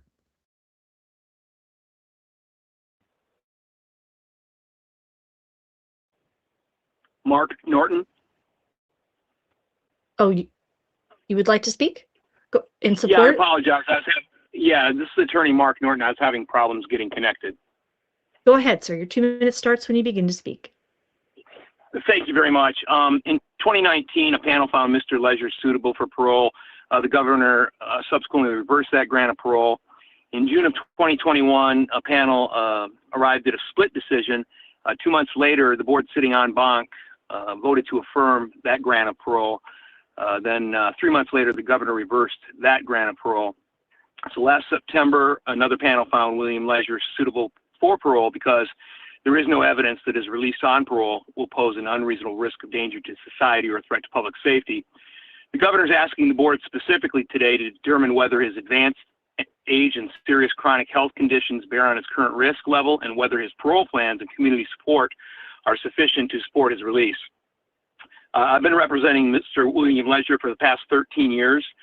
Thus, he was 65 years old when I first met him. He's now 78 years old. And from my personal observation of him over the 13 years is that he's a shell of himself regarding his physical condition as to what he was, and to a lesser extent, his cognitive abilities have also gone down. Fortunately, he has comprehensive community support and resources to help him re-enter society. Lastly, in the 33 years of CDCR custody, Mr. Leisure has not incurred a single RVR or counseling chrono. He has received dozens of laudatory chronos and stellar work reports. Every comprehensive risk assessment administered by the board's Forensic Assessment Division in the past 16 years have rated him a low risk for violent recidivism.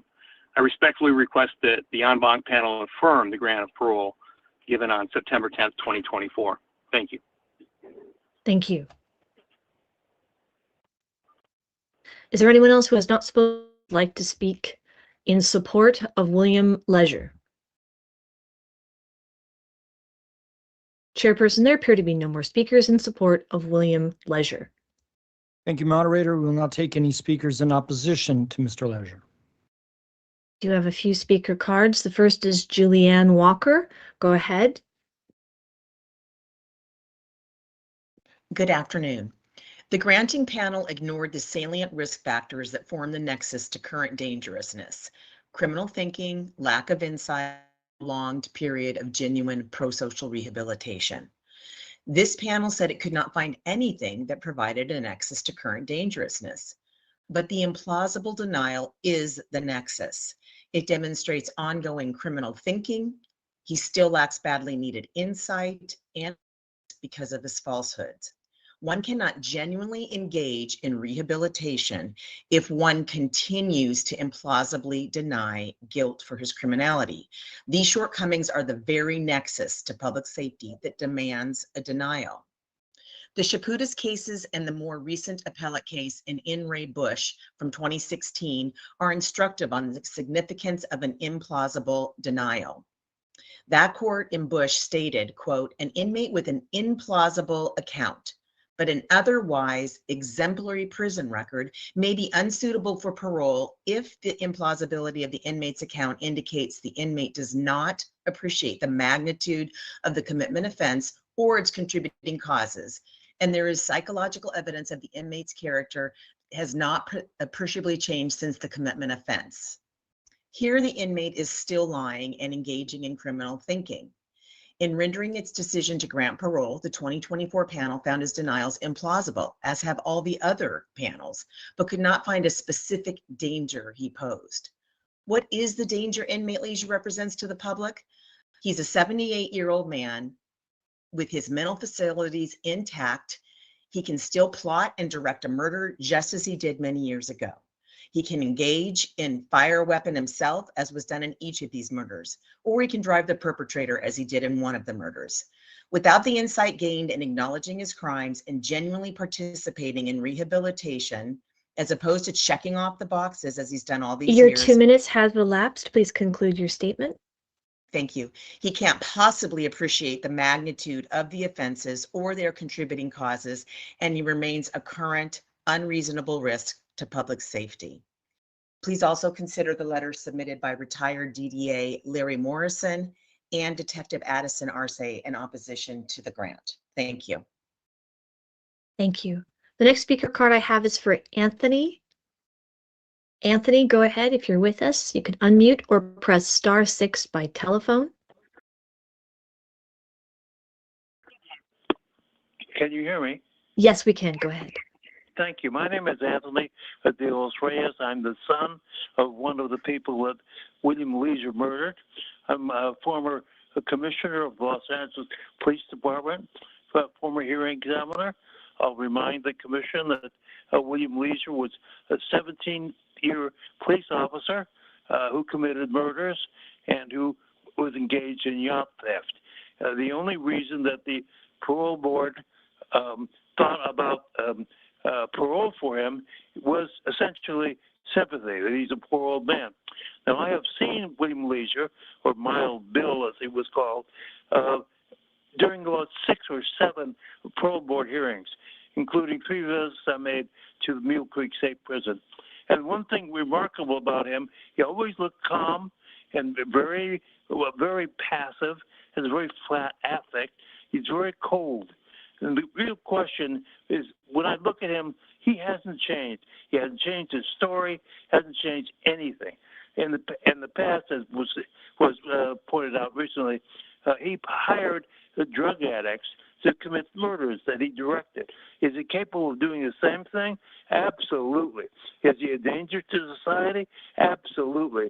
I must tell you that I and my family are in a dangerous situation with respect to this man. Please do not grant him parole. Thank you. Thank you. If you would like to speak in opposition to William Leisure and are on video, please raise your hand using the Microsoft Teams button, and I'll call on you when it is your turn to speak. Hold on one moment. Let me get rid of that echo.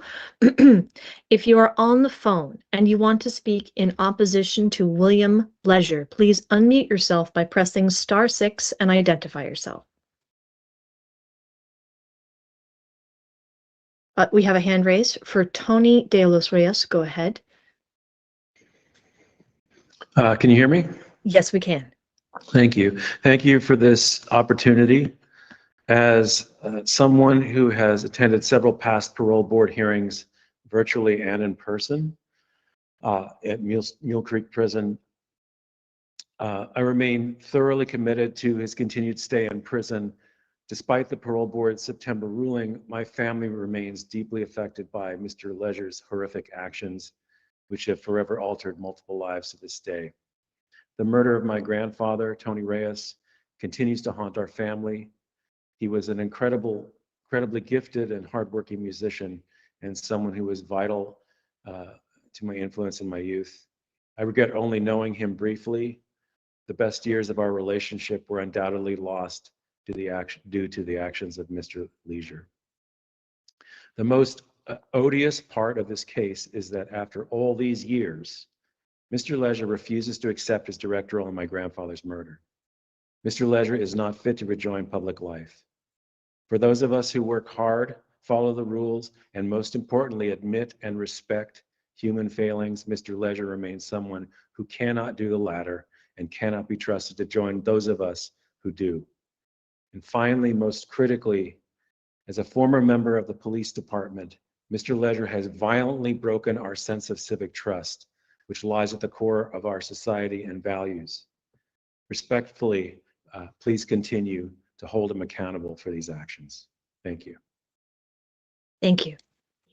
If you are on the phone and you want to speak in opposition to William Leisure, please unmute yourself by pressing *6 and identify yourself. Is there anyone who has not spoken who wants to speak in opposition to William Leisure? Is there anyone who has not spoken who wants to speak about William Leisure? Chairperson, there appear to be no more speakers for William Leisure. Thank you, moderator. The next case is John Noble, BC 4104, item 24. Please call for any speakers in support. Thank you, Chairperson. I have no speaker cards. If you would like to speak in support of John Noble and are on video, please raise your hand using the Microsoft Teams button. I will call on you when it is your turn to speak. There's one gentleman actually raising his hand. I don't think he's hitting a button, but we can see him on our screen. Okay. Yeah. Go ahead.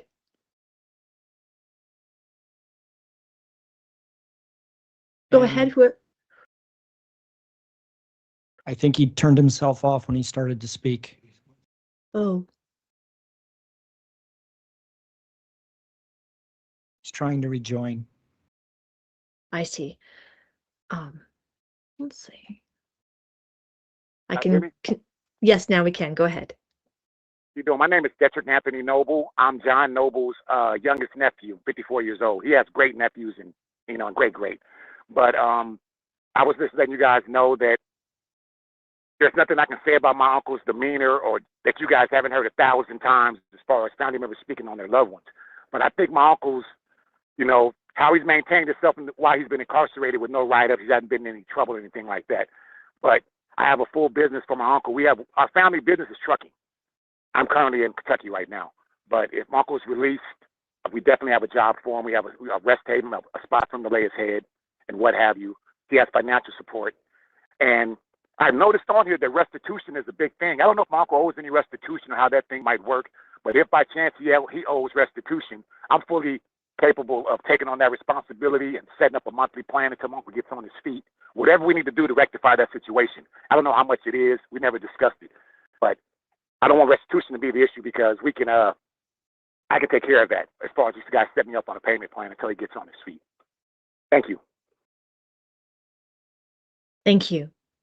If you are on the phone and you want to speak in support of John Noble, please unmute yourself by pressing *6 and identify yourself. Is there anyone else who has not spoken who wants to speak in support of John Noble? Yes, can you hear me? Yes, we can. Go ahead. Yes, my name is Joseph Noble. I'm the brother of John Noble. I've had John 4 kids since his incarceration. CPF had him and wanted to separate him and put him up for adoption, so I had to adopt him. I'm also a disabled American veteran with declining health. John has a very strong support system that awaits him, including a job. John has been in several programs since his incarceration.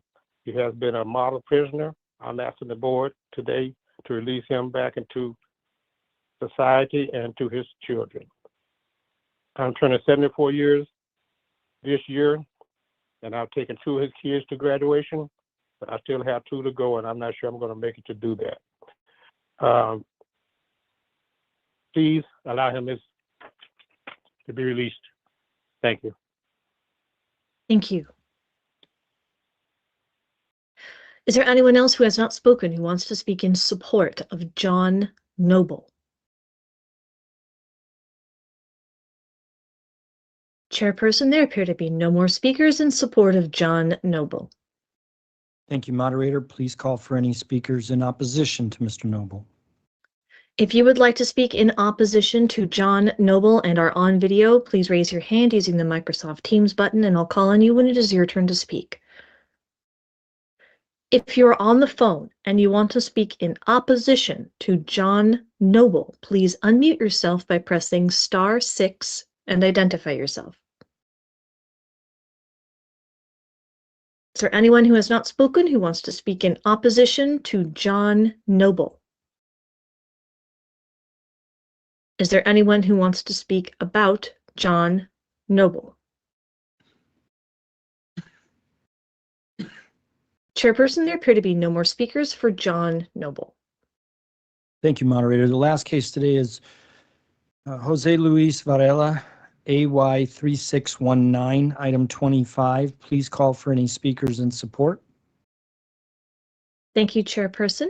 If you would like to speak in support of Jose Luis Varela and are on video, please raise your hand using the Microsoft Teams button, and I'll call on you when it is your turn to speak.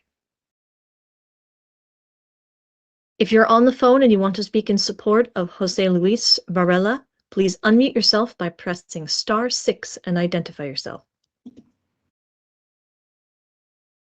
Is there anyone who would like to speak in support of Jose Luis Varela? Chairperson, there appear to be no speakers in support of Jose Luis Varela. Thank you, moderator. Please take any speakers in opposition. We do have a speaker, Dana Greason, DDA of Riverside County. Dana, if you're with us, go ahead and unmute yourself. Your 2 minutes starts when you begin to speak. Hello. In January of 2013, the same inmate was stopped for DUI when he was driving over 100 miles per hour. He pled guilty, and in November of the same year, he was at a barbecue with his girlfriend and his baby. The girlfriend then told them they needed to leave because the baby was being fussy. The inmate was angry, under the influence, and left the party with her and the child, who was not secured properly in the car seat. He then drove aggressively, weaving through traffic again at over 100 miles per hour, and ultimately crashed, killing the baby. When he went to prison, the death of his child did not stop his drinking. He admitted he was drinking at least once a month in prison until 2017, where he received an RVR for making 6 separate containers of Pruno. He did some programming after that and was paroled in 2023. The governor intervened and rescinded the parole because he needed to work on his community support and family relationships. He then had another hearing in 2024, shortly thereafter, where again he was paroled, and again the governor has intervened. I think that is because, from what I can see, nothing really changed in that short period to address the concerns of the initial grant of parole that the governor rescinded. Most concerning is the inmate's plan when he is released. He blames the offense on trauma from the family domestic violence and his father's drinking and macho attitude. He also blamed his drinking on witnessing family members drinking at family gathering, normalizing for him. In fact, the inmate stated he would always be the one to drive from these gatherings, even if under the influence. The commitment offense happened when he left one of these gatherings. His release plans are to go back to the family business with his father and potentially stay in the same family home where the same dynamics may still be present. He was asked about his contact with his family, and though it appears past issues were discussed, there were some glaring deficiencies. The inmate, when speaking with his father, who was an alcoholic, the father told him he had quit drinking, but the inmate did not know for how long. We don't know if there's alcohol use in this home, nor still abuse problems. The commissioner asked the inmate if he knew the inmate's father had done any of his own therapy with regards to domestic violence. The inmate Your stated 2 that 2 minutes months have elapsed. Please conclude your statement, sir. Yes. The inmate stated that 2 months before the hearing, the family had mentioned maybe doing some counseling, but again, we don't know. I believe the governor's concerns are warranted, as it appears he's returning back into the same place that got him into prison in the first place. DUI recidivism is common, and this inmate should be looked at closely. Thank you very much. Thank you. If you would like to speak in opposition to Jose Luis Varela and are on video, please raise your hand using the Microsoft Teams button. I will call on you when it is your turn to speak. If you're on the phone and you want to speak in opposition to Jose Luis Varela, please unmute yourself by pressing *6 and identify yourself. Is there anyone who has not spoken who wants to speak in opposition to Jose Luis Varela? Is there anyone else who has not spoken who wants to speak about Jose Luis Varela? Chairperson, there appear to be no more speakers for Jose Luis Varela. Thank you, moderator. That was our last case on the agenda. However, we will now take comments from anyone who has not yet spoken on any of the cases that still wants to speak on a case. I believe we might have one if she stayed with us. Thank you, Chairperson. Is there anyone who has not spoken who wants to speak in support of or in opposition to any case on today's agenda? If you are on video, please press the raise your hand button. If participating by telephone, please unmute with *6 and identify yourself.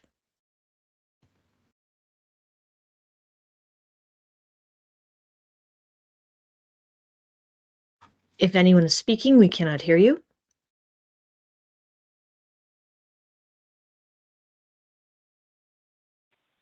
Chair. Okay, we do have someone unmuted. Go ahead. Hi, my name is Kathy Terlatsky, and I'm calling on behalf of Brian Terlatsky, T48471. It's hard for me to talk. I've gone through some things lately. So mainly I submitted some information and letters from my son through the email. So hopefully you've got that and you can take that into consideration. Even though I'm in tears now, I can still function. It's just a lot of upsetting little things happening right now. But yes, please take a look at his information and take it into consideration. And I really feel that he will be able to do better on the outside when and if he needs counseling. He's done a lot of good where he's at, and has grown a lot over the last 25 years. So if you can please consider him for release, that would be very appreciated. Thank you. Thank you, ma'am, and we do have your letter. Thank you. Thank you. Are there any other speakers for any of today's cases?